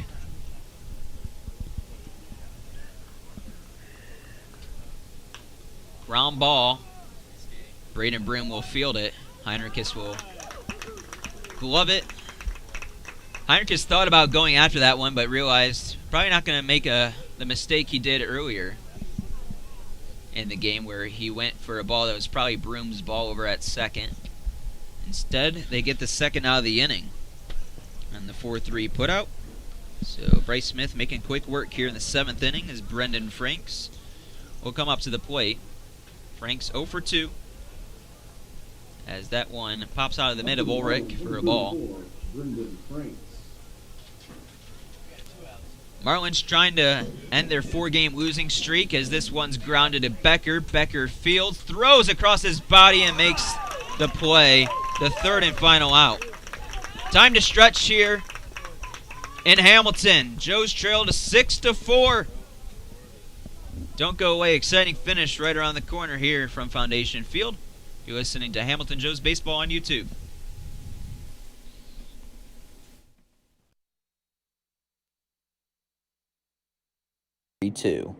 Woman owned and family operated, M&G Body Shop has a honest and dependable staff that has over 30 years of experience bringing cars back to life. M&G Body Shop can get your car back safely on the road, providing a wide variety of services including bodywork, frame adjustment, painting, total loss evaluation, window and glass repair, collision repair, alignment, insurance claim reports, and paintless dent repair, and more. Visit M&G Body Shop at 12018 Hamilton Avenue in Cincinnati, or call them up at 513-851-9056. Are your clothes still dirty after going through the wash? Is your fridge failing to keep things cold? Pay Appliance Service offers superior home appliance repair in Hamilton, Ohio, so you can get on with your day-to-day activities. They are a family-owned company offering fast and reliable appliance repairs. Their skilled service technicians work on a wide variety of brands and home appliances, providing quality repairs on everything from dishwashers to microwaves. Go to their location at 780 South Martin Luther King Jr. Boulevard or contact them at 513-285-3519. Pfefferly Tire and Auto is your car's home for all of its needs. Whether you just need a quick oil change, a repair, or you're in the market for new tires, Pfefferly will get it done with professionalism and honesty. And with convenient locations in both Fairfield and Hamilton, there's always a place nearby.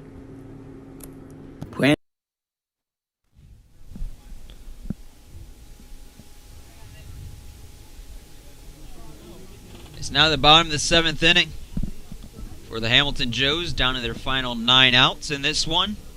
Trying to avoid to lose 3 straight. They are 3-0 at home as well. So another thing that's on the line for the Joes tonight. Tyler Heinrichs will lead things off for the Hamilton Joes. He's 1 for 2 on the day, but has reached base twice. He's gotten a triple, which was the first triple of the season for the Hamilton Joes, and then a walk in his last at-bat in the 5th. Francisco Manzano back on the mound for the Marlins.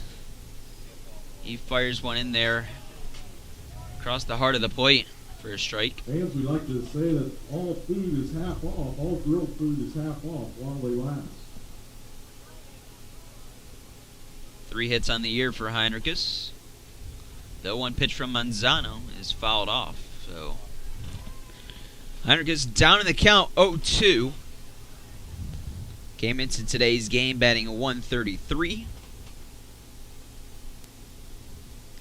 But that has slightly increased in today's game. No balls and 2 strikes. The pitch from Manzano misses upstairs for a ball.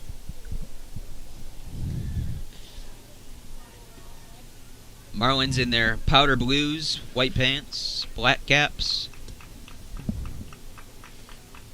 Kind of Ole Miss-esque. The 0-2 misses high again.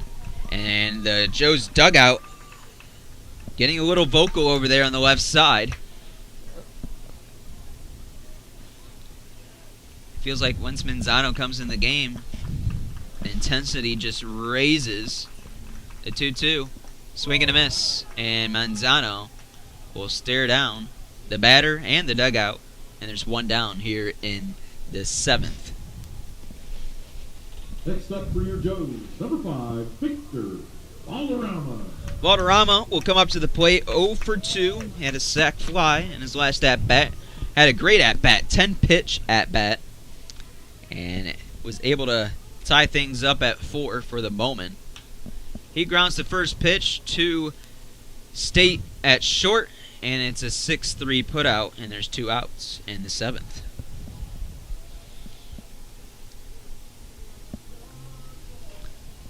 Garrett Staten, now with 2 outs, will come up to the plate. 1 for 3 on the day is Staten. Your next batter, number 9, Garrett Staten. Batting .333 on the season.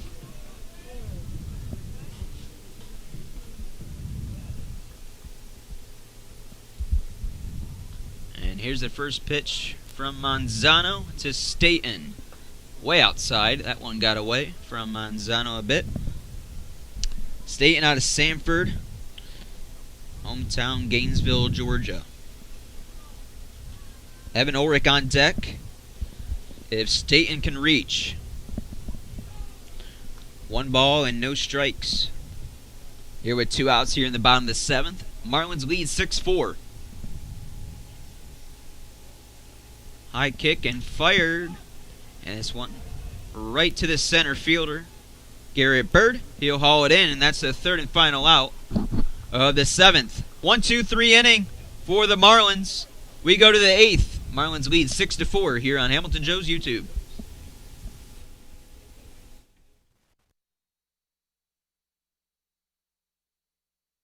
Planet Fitness strives to create a workout environment where everyone feels accepted and respected. That's why at Planet Fitness Hamilton, Ohio, we take care to make sure our club is clean and welcoming, our staff is friendly, and our certified trainers are ready to help. Whether you're a first-time gym user or a fitness veteran, you'll always have a home in our judgment-free zone. Queen City Hospice is your local, independently owned and operated center that is dedicated to providing patient-centered care and support to residents of the greater Cincinnati area in whatever place they call home. We understand that our staff is the most important aspect of our organization, and that is why we hire only the most qualified and compassionate individuals in the industry. This is why our care is second to none. Get ready, Joe's fans. Raising Cane's is coming to Hamilton. Opening June 29th at 1479 Main Street, you can enjoy the world-famous flavor of Raising Cane's chicken fingers. Can't wait? Head down to Fairfield, where there's a Cane's located at 5120 Dixie Highway that can satisfy all your cravings right now. Raising Cane's is a proud sponsor of the Hamilton Joes. Hungry Joe's fans, stop by Richard's Pizza before, during, or after the Hamilton Joe's game. Order a pizza that was voted #1 best pizza in Butler County, or Order one of their famous Italian steak sandwiches at Richard's Pizza, located on 417 Main Street. You can order online or stop by Richard's Pizza for your next delicious meal. Back here at Foundation Field, Bryce Smith on the bump once again for the Joes as Hentz fouls one off on the first pitch. Sam Newcomb here. I'm with Luke West Pulley up here in the booth behind home plate. 2 quick strikes thrown from Bryce Smith. Glad you can join us here on this Sunday evening. Joes trail 6-4 here in the top of the 8th inning. Lefty on lefty matchup. Here's the pitch from Smith. Catches a piece of the plate. Strike 3 looking. Hentz is retired. And the Joes will work it around the horn. There's 1 out here in the 8th. Flawless 3 pitches there from Bryce Smith, and he's able to retire Hentz looking on 3 pitches. So a nice start to the inning for him. This is Smith's 3rd inning of work. First pitch to Nathan Meredith is off the plate for a ball. Meredith, the catcher for the Marlins, lifts it another one inside and low. Meredith 2 for 3 on the day. He's reached base all 3 times though. He struck out in the 4th but reached on the drop 3rd strike. And now the count's 3-0 to Nathan Meredith.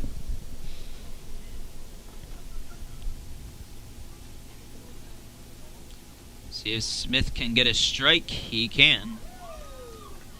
And the count's now 3-1. Meredith played his ball at Cuesta College out of Atascadero, California. Yep. Batted $125, and he'll reach with 1 out with the walk. And now the 9-hitter Aaron Garcia will step up. Garcia reached down in there and struck out, and also has put down a sacrifice bunt. He is the 9-hitter in the Marlins lineup today. Garcia, ground ball, and it's a 6-4-3 double play. I had my head down for that one, but the next thing you know, I lift my head up, and it's a double play for the Joes. That will end the inning. We move to the bottom of the 8th. Joes down their final 6 outs as they trail by 2 runs to the Ohio Marlins. You're listening to Hamilton Joes Baseball on YouTube.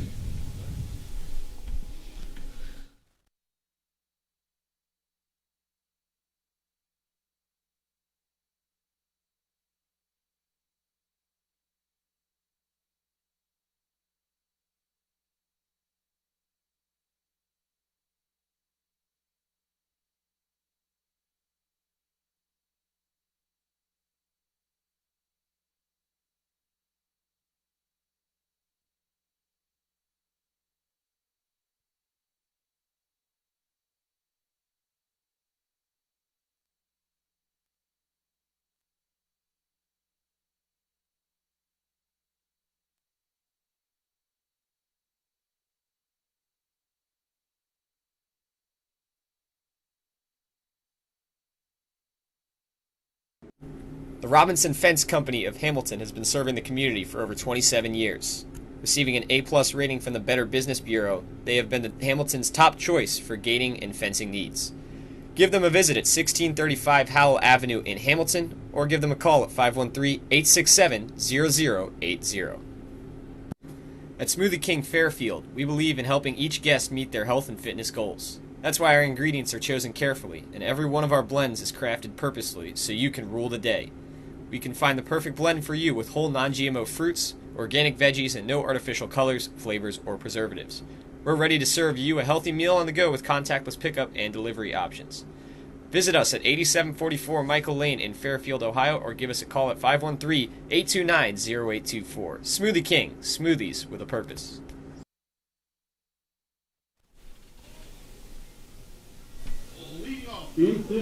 Evan Ulrich will lead things off for the Joes here in the bottom of the 8th. Joes trail 6-4 here from Foundation Field. Joes have lost 2 straight. Both those teams are sitting at the bottom of the South Division, and now the third to last team in the South Division, the Ohio Marlins.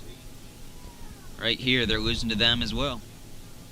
So it could be a tough couple days, but the Joes still have 6 outs to work with. As Ulrich looks at another ball. 1-0 the count. Manzano in for another innings of work. Shut down the Joes in the last inning, 1-2-3. Swing and a miss from Ulrich. Count now even at 1. Evan Ulrich 1 for 3 on the day. Dalton Miller on deck for the Joes, and then it'll be the top of the order, and Logan Castleman, the third batter, due up this inning. Nice breaking ball that dives into the zone. Froze Ulrich as he watched that one go by, and the count's 1-2.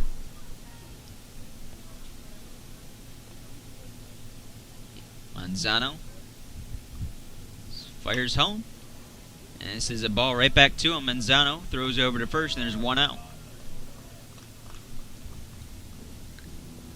So a 1-3 put out. Now the 9-hitter Dalton Miller up to the plate for the Hamilton Joes. He reached on a walk and then was stranded at third back in the 6th when the Joes had him juiced.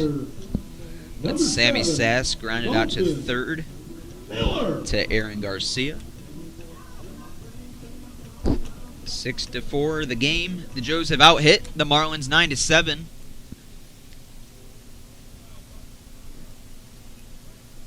Manzano receives the call from Meredith behind the dish, now fires home, and that one reaches the backstop.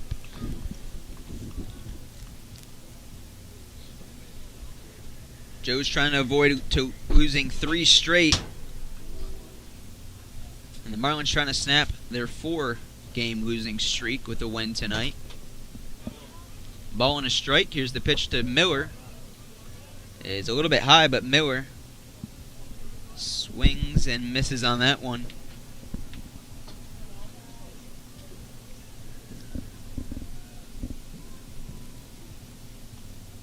Miller's going to call time and step out of the box.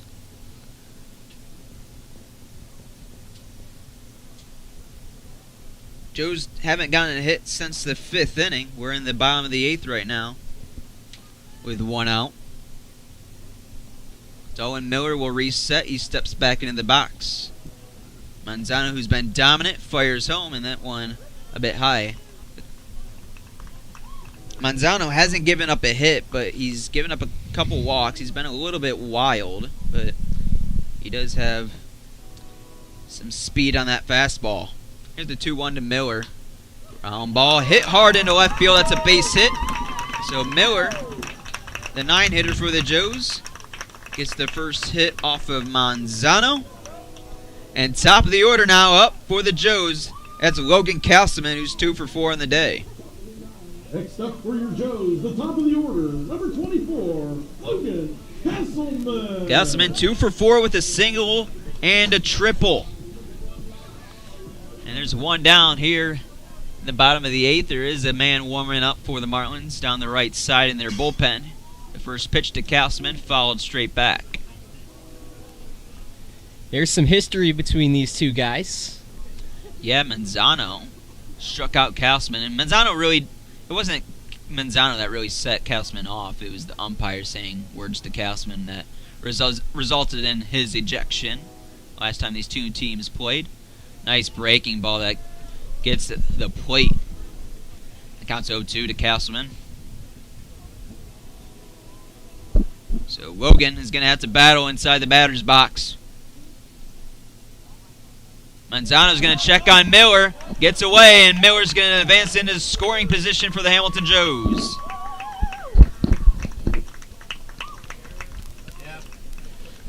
So Miller on second base now after Manzano threw a sloppy ball over to first base. And Brendan Franks for the Marlins couldn't haul that one in. It's going to be an error on the pitcher. So Logan Castleman with a base hit can get the Joes within 1.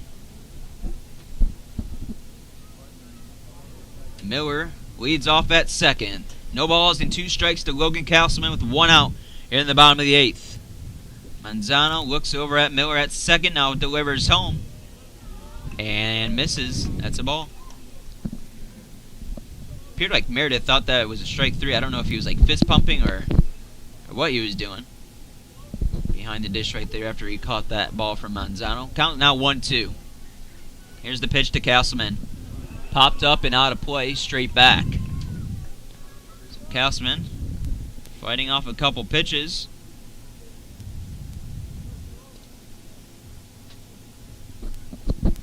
Dalton Miller is at second for the Joes with 1 out.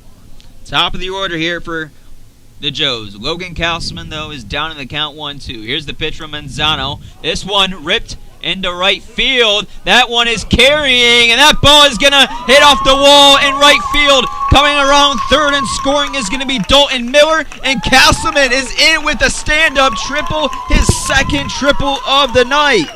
He crushed that one.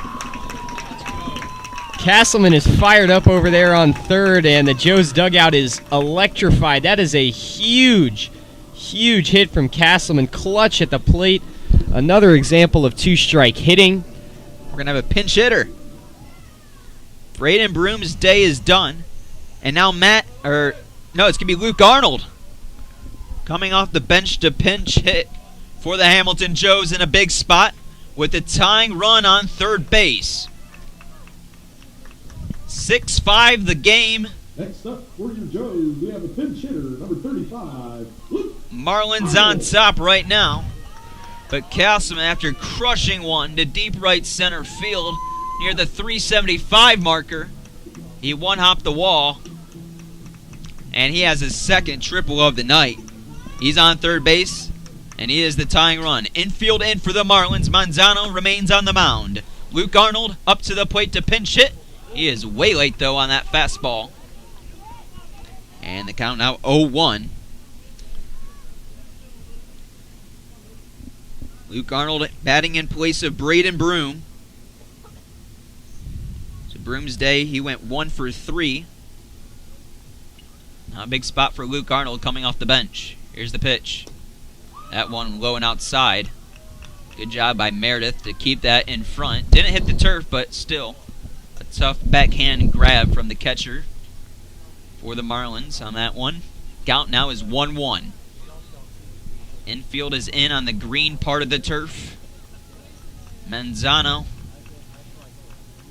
fires home. This one is a breaking ball, but high and in for a ball 2. Tying run on third for the Joes. Logan Castleman, he just tripled over the right fielder's head. That scored a run to get the Joes within 1. And Luke Arnold is pinch hitting for Braden Broom. The pitch is chopped foul behind home plate.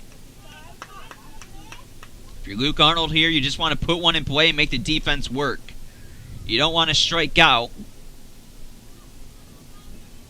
In this spot, on deck is Cole Becker. Becker is 1 for 3.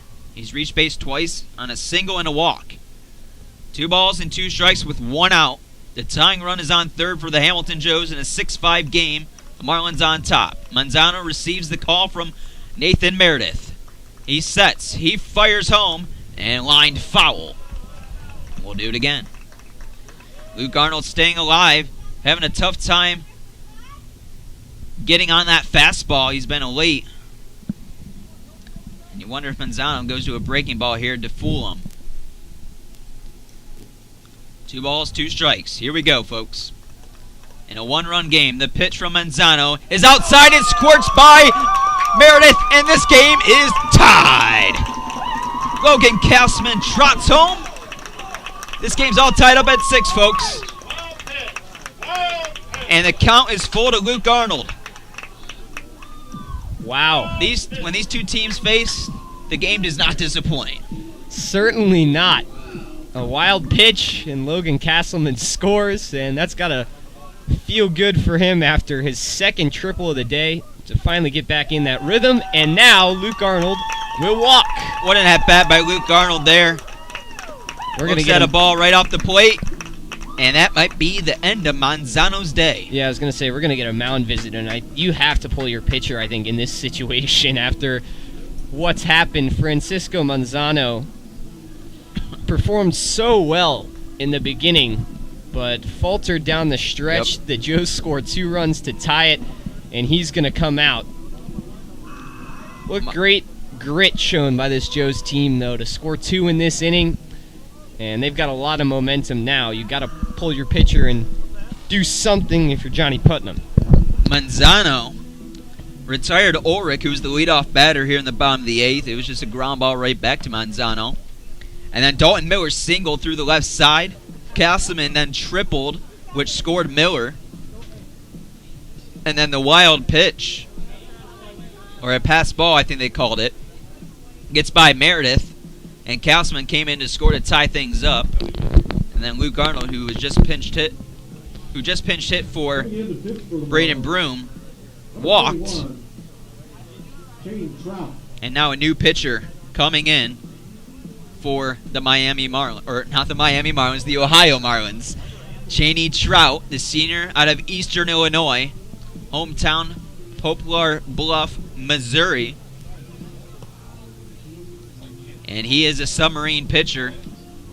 Sam Matthews is a submarine pitcher on this Joe squad. We saw, I believe it was Tanner Chafin for the Scouts last night, who was a sidearm pitcher. So Joe's a little familiar with submarine kind of type throwers. And this one is actually like a severe submarine. I mean, he gets very low.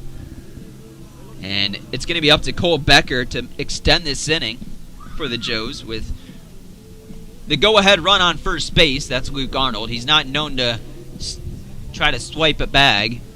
He tried yesterday and actually got gunned down. Caught stealing.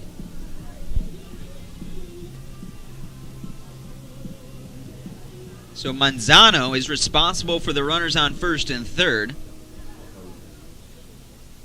Next up for your Joes, number 18, Cole. But a new pitcher, Cheney Trout, will now pitch to Cole Becker. Becker 1 for 3 on the day. Walked in his last at-bat. There's only one out here in the 8th. That one gets a piece of the outside corner for a strike. Especially for right-handed batters, it's tough against these sidearm pitchers. Let's see if Becker can poke one out into the outfield somewhere. Here's the pitch. And the turf for a ball. Meredith keeps it in front, though. 1-1 the count. 6-6 the score. The Joes have scored 2 here in the bottom of the 8th to tie it. Here's the pitch from Trout. Swing and a miss. Or actually fouled off. And then got Meredith somewhere in the spot that isn't covered from his gear. And there's 1 ball and 2 strikes to Cole Becker. On deck is Sammy Sass. Sass is 2 for 4 in the day with 2 singles and an RBI. But right now the count is 1-2 to Cole Becker. Arnold is at first for the Hamilton Joes. Here's the pitch from Trout. Popped up, and that one will get out of play.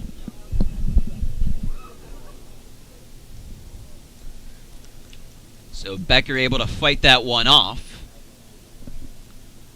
No one warming up in the Joes' pen, so you think maybe Bryce Smith will come out for another innings of work. 1 ball, 2 strikes. Here's the pitch from Trout. Swing and a miss. Becker strikes out. And now there's 2 down, and it's going to be up to the bat of Sammy Sass. Here with 2 outs in the bottom of the 8th. The next Joe's hitter, the cleanup batter, number 22, Sammy. Sass has been good in his debut, 2 for 4.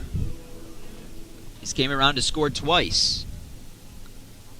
See if he can have a big hit here for the Joes. The pitch is chopped foul down first base line.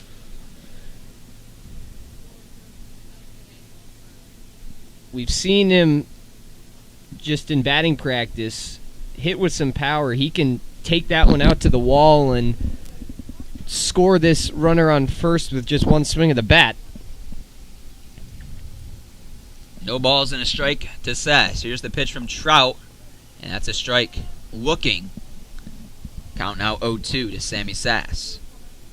Sass played quite a bit for Wright State as a COVID freshman. Batted .379 in the regular season, was named All-Horizon First Team. And a big spot here, runner on the move. And Sass waited on that one. It took a while to get to home plate. He was able to fight it off, though. Count remains 0-2. Let's see if Arnold will be on the move again.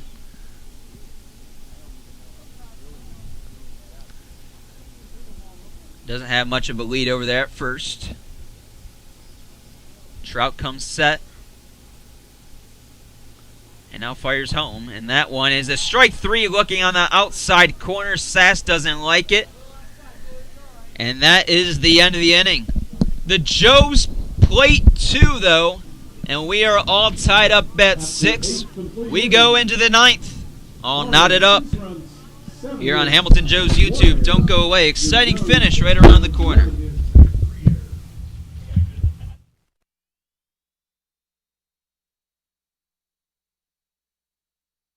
Story Point Fairfield isn't just a place to reside. It's a place for residents to truly shine every day. Offering a diverse range of senior living services, our community is designed to suit all resident lifestyles, from highly independent seniors to those who may require day-to-day assistance. Every resident becomes a member of our community. We strive to make sure each moment of each day is something to remember. Whether you need one surface for multiple sports or a sports-specific field build, the Motts Group is here to help. Their experience ranges from professional sports clubs to educational institutions to community complexes, fueling teams with consistent, safe, and reliable fields. Contact them at 513-548-3622 to get your new turf field. Tri-Health Orthopedics and Sports Medicine is safe and ready for you. Have an injury of some sort? Stop by Tri-Health Orthopedics and Sports Medicine, located on 3035 Hamilton Mason Road. The physicians and specialists at the Tri-Health Orthopedic and Sports Institute provide a full range of orthopedic care to ensure you don't miss out on a single moment on or off the field. Joe's fans, in need of insurance, United Heart. Back here for the 9th inning. Hamilton Joe's able to tie it up at 6 in the bottom of the 8th. Bryce Smith back in for his 4th inning of work for the Hamilton Joes on the bump. This one line down the right field line, foul. Top of the order here for the Marlins, and it appeared like Garrett Bird's bat broke. He'll get a new one as he enters the dugout. Manzano gives up 2 runs, 2 hits, 2 strikeouts, 2 walks.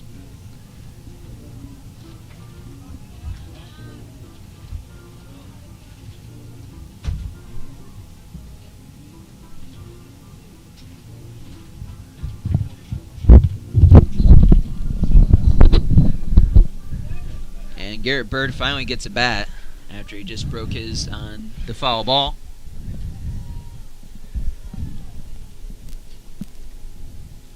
Smith, the lefty pitcher, fires home, and this one skied into right field. This should be a routine fly ball for Victor Valderrama. He'll make the grab, and there's one out here in the 9th.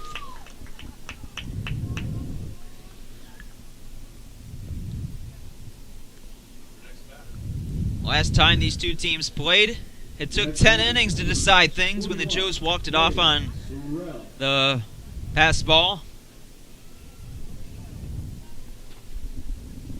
Now Coy Sorrell will come up to the plate, who's 1 for 4 on the day. This one catches the piece of the inside corner for a strike. Sorrell doubled and scored in the 1st inning to start things out for the Marlins, but has been quiet since. Same pitch, same result as a strike. Pretty much the same spot there. And the count's 0-2 to Clay Sorrell.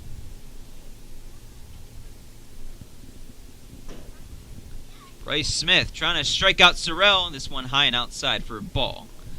And Sorrell won't chase.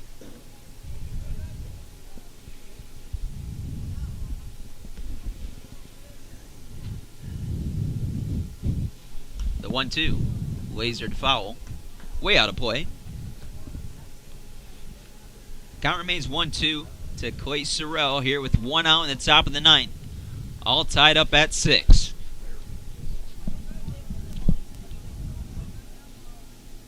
Both teams trying to end their losing streaks. Joe's on a 2-game losing streak. The Marlins on a 4. The Marlins are actually looking for their first road win, and the Joes are trying to stay perfect at home. A lot on the line right here.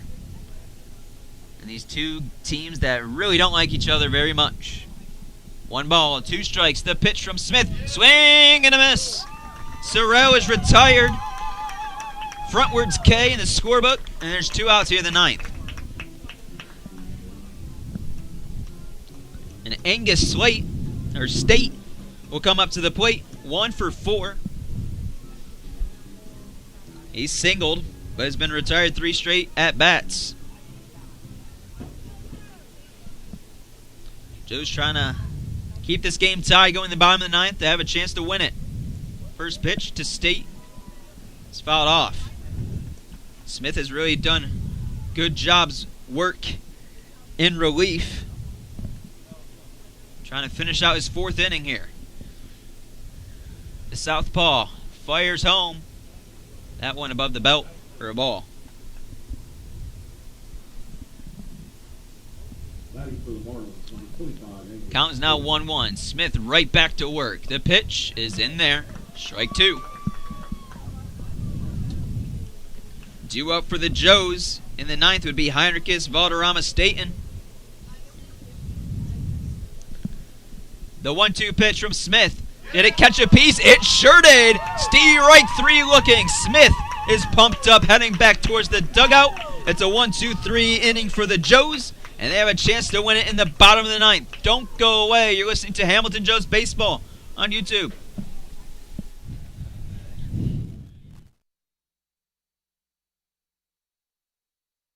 Heartland Insurance Agency has your back. A consolidation of a number of family-owned independent insurance agencies dating back to 1872. For years, they have been protecting the assets of their clients by offering comprehensive and competitive business, personal, and life insurance products. Visit their Hamilton office at 185 North Brookwood Avenue in Hamilton, or give them a call at 513-896-5555. The Greater Miami Valley YMCA. When communities get better, the world gets better. Discover how we positively impact the nation and how you can help us, one neighborhood at a time. The Greater Miami Valley Y, your local stop for building a healthy spirit for mind and body for all. The Casual Pint is a community and neighborhood craft beer spot located in Hamilton that provides a vast selection of the best craft beers the region has to offer. They also offer a great selection of food options from appetizers to entrees, so if you just need a snack while you socialize or want to enjoy lunch or dinner, they have something that will hit the spot. Go online and order at hamilton.thecasualpint.com or go to their location located on 130 Riverfront Plaza. That is 130 Riverfront Plaza in Hamilton, Ohio. Proud sponsor of the Hamilton Joes. Hamilton Joes trying to win it here in the bottom of the 9th. Game all tied up at 6. The Joes were able to tie it up with 2 runs in the bottom of the 8th inning. They have out-hit the Marlins 11-7. And Tyler Heinrichs will lead things off for the Hamilton Joes. The sidearm delivery from Trout is fouled off. Trout faced 2 batters in the bottom of the 8th and struck out both of them. One was a swinging strike and one was looking. And he is ahead 0-1. Here the 0-1 pitch, line foul, out of play. So 2 quick strikes to Heinrichs. Heinrichs 1 for 3 on the day. He tripled down the right field line back in the 3rd inning. That scored 2. Or 1, rather. No balls and 2 strikes. Here's the pitch from Trout. And Heinrich is able to fight that one off to stay alive. On deck is Victor Valderrama, and then Garrett Staten will be the 3rd batter.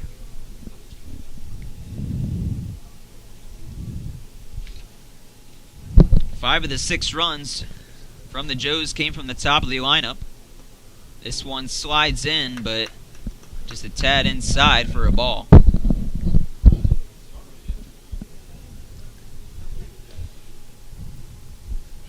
One ball and 2 strikes for Heinrichs here. Trout comes set. He fires home, and that one outside for a ball. Heinrichs does a good job to hold himself from swinging there. Trout making his 3rd appearance, has pitched 2 innings, 1 hit, allowed, and 4 strikeouts. Hasn't given up a run or a walk. He has good command when he's out on the mound for the Marlins. The 2-2. Jam shot into shallow right field, and this is going to be off the right fielder. Blake Hens. Heinrichs is going to stroll into second. How about that? It's a double for Heinrichs after he plunked it off the right fielder Hens, who made a diving effort but couldn't haul it in. It was a jam shot in on the hands, and the winning run is on second. And Victor Valderrama has a chance to win it for the Joes if he can put one out in the outfield for a base hit. Valderrama had a chance for an RBI earlier in the game and grounded out to the pitcher. We'll see if he can make the adjustment and punch one into the outfield here in the 9th. Valderrama 0 for 3 on the day. Has a sac fly, though. And it was a fantastic at-bat back in the 5th inning. Meredith is going to go talk to Trout. Valderrama, in each game he's played for the Joes this season, has a hit. But he's hitless so far tonight. Will it come right here in the 9th? Possibly win it for the Joes to snap their 2-game losing streak. The winning run on second for the Joes. The first pitch, and Valderrama squared the bunt, but pulled back in time as the ball was way out of the zone, and the count's 1-0. On deck for the Joes is Garrett Staten.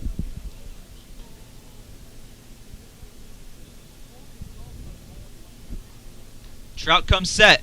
Valderrama squares the bunt, and that missed the zone. It sure did. Looks good from our vantage point, but the count is now 2-0.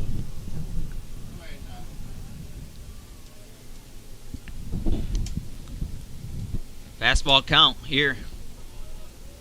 There's a large gap in the middle of the infield. On the move is Heinrichs, and it is a hit and run, and Valderrama fouls it off. Heinrichs was definitely going to get the stolen bag. He had a great jump over there at second.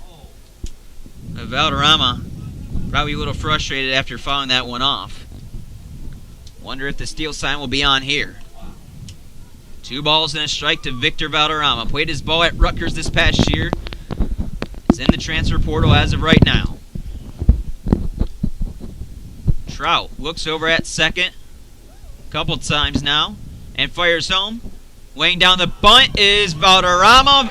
The throw to first is going to get away, and into home is Heinrichs, and the Joes walk it off for the 2nd straight time they have faced the Ohio Marlins.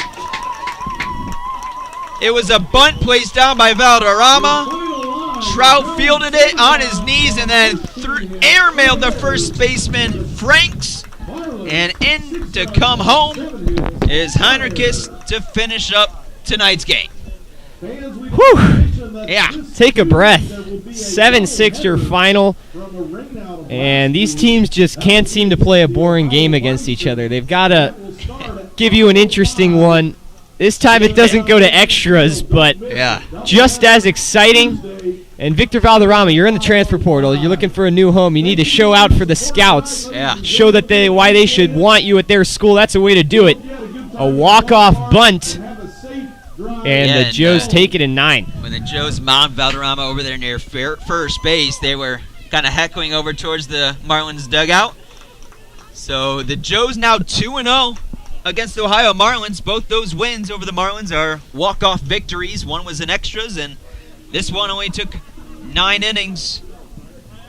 I guess 8.5 innings, as there was no outs recorded here in the bottom of the 9th.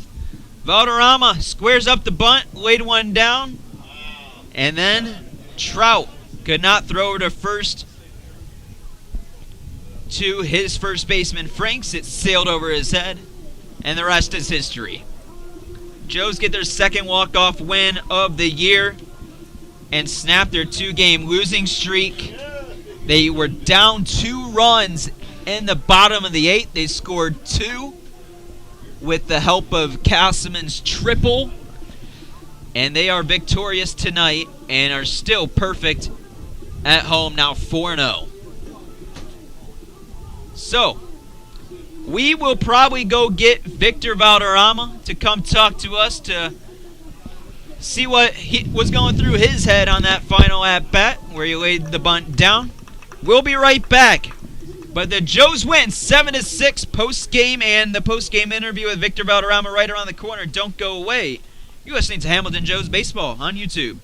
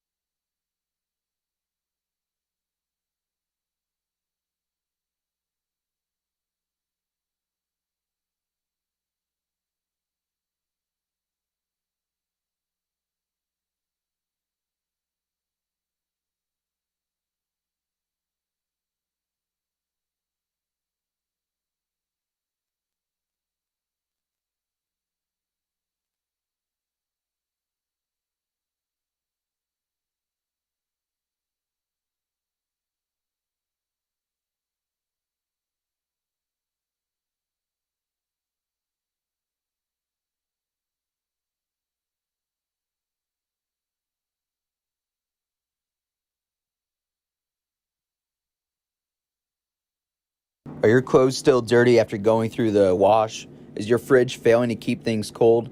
Pate Appliance Service offers superior home appliance repair in Hamilton, Ohio, so you can get on with your day-to-day activities. They are a family-owned company offering fast and reliable appliance repairs. Their skilled service technicians work on a wide variety of brands and home appliances, providing quality repairs on everything from dishwashers to microwaves. Go to their location at 780 South Martin Luther King Jr. Boulevard or contact them at 513-285-3519. Back here at Foundation Field, the Joes victorious over the Ohio Marlins 7-6, walking them off for the second straight time they played them. We're here with Victor Valderrama, who laid down the bunt, and that was the winning bunt, you could say, after Trout fielded it and sailed it over first base. Victor, you had a very clutch at-bat early in the game back in the 5th inning. What was going through your mind in that 10-pitch at-bat that resulted in a sac fly? I got lucky that we got the pass ball to get, I forget who was at second, over to third. Once he got to third, my main goal was to just get a ball up and drive it to the outfield, try to get him in. So yeah, I just kept fouling pitches off till I got a mistake. That was the tie it at 4 apiece, and then in the 9th inning, you're up to the plate with Heinrichs doubling and being the winning run over at second.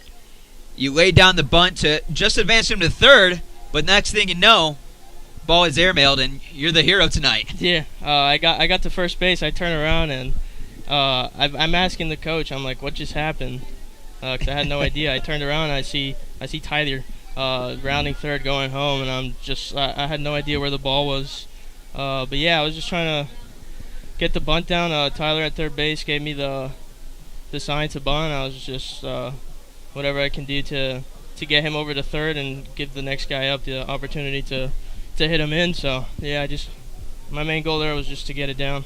So both times you faced the Ohio Marlins has resulted in a heated game between both teams, kind of heckling back and forth. So how is it to beat a team like that who's kind of chirping a lot throughout the game, and then you beat them in walk-off fashion for the second straight time? It's always nice to beat the team when you're doing a lot of the smack talk.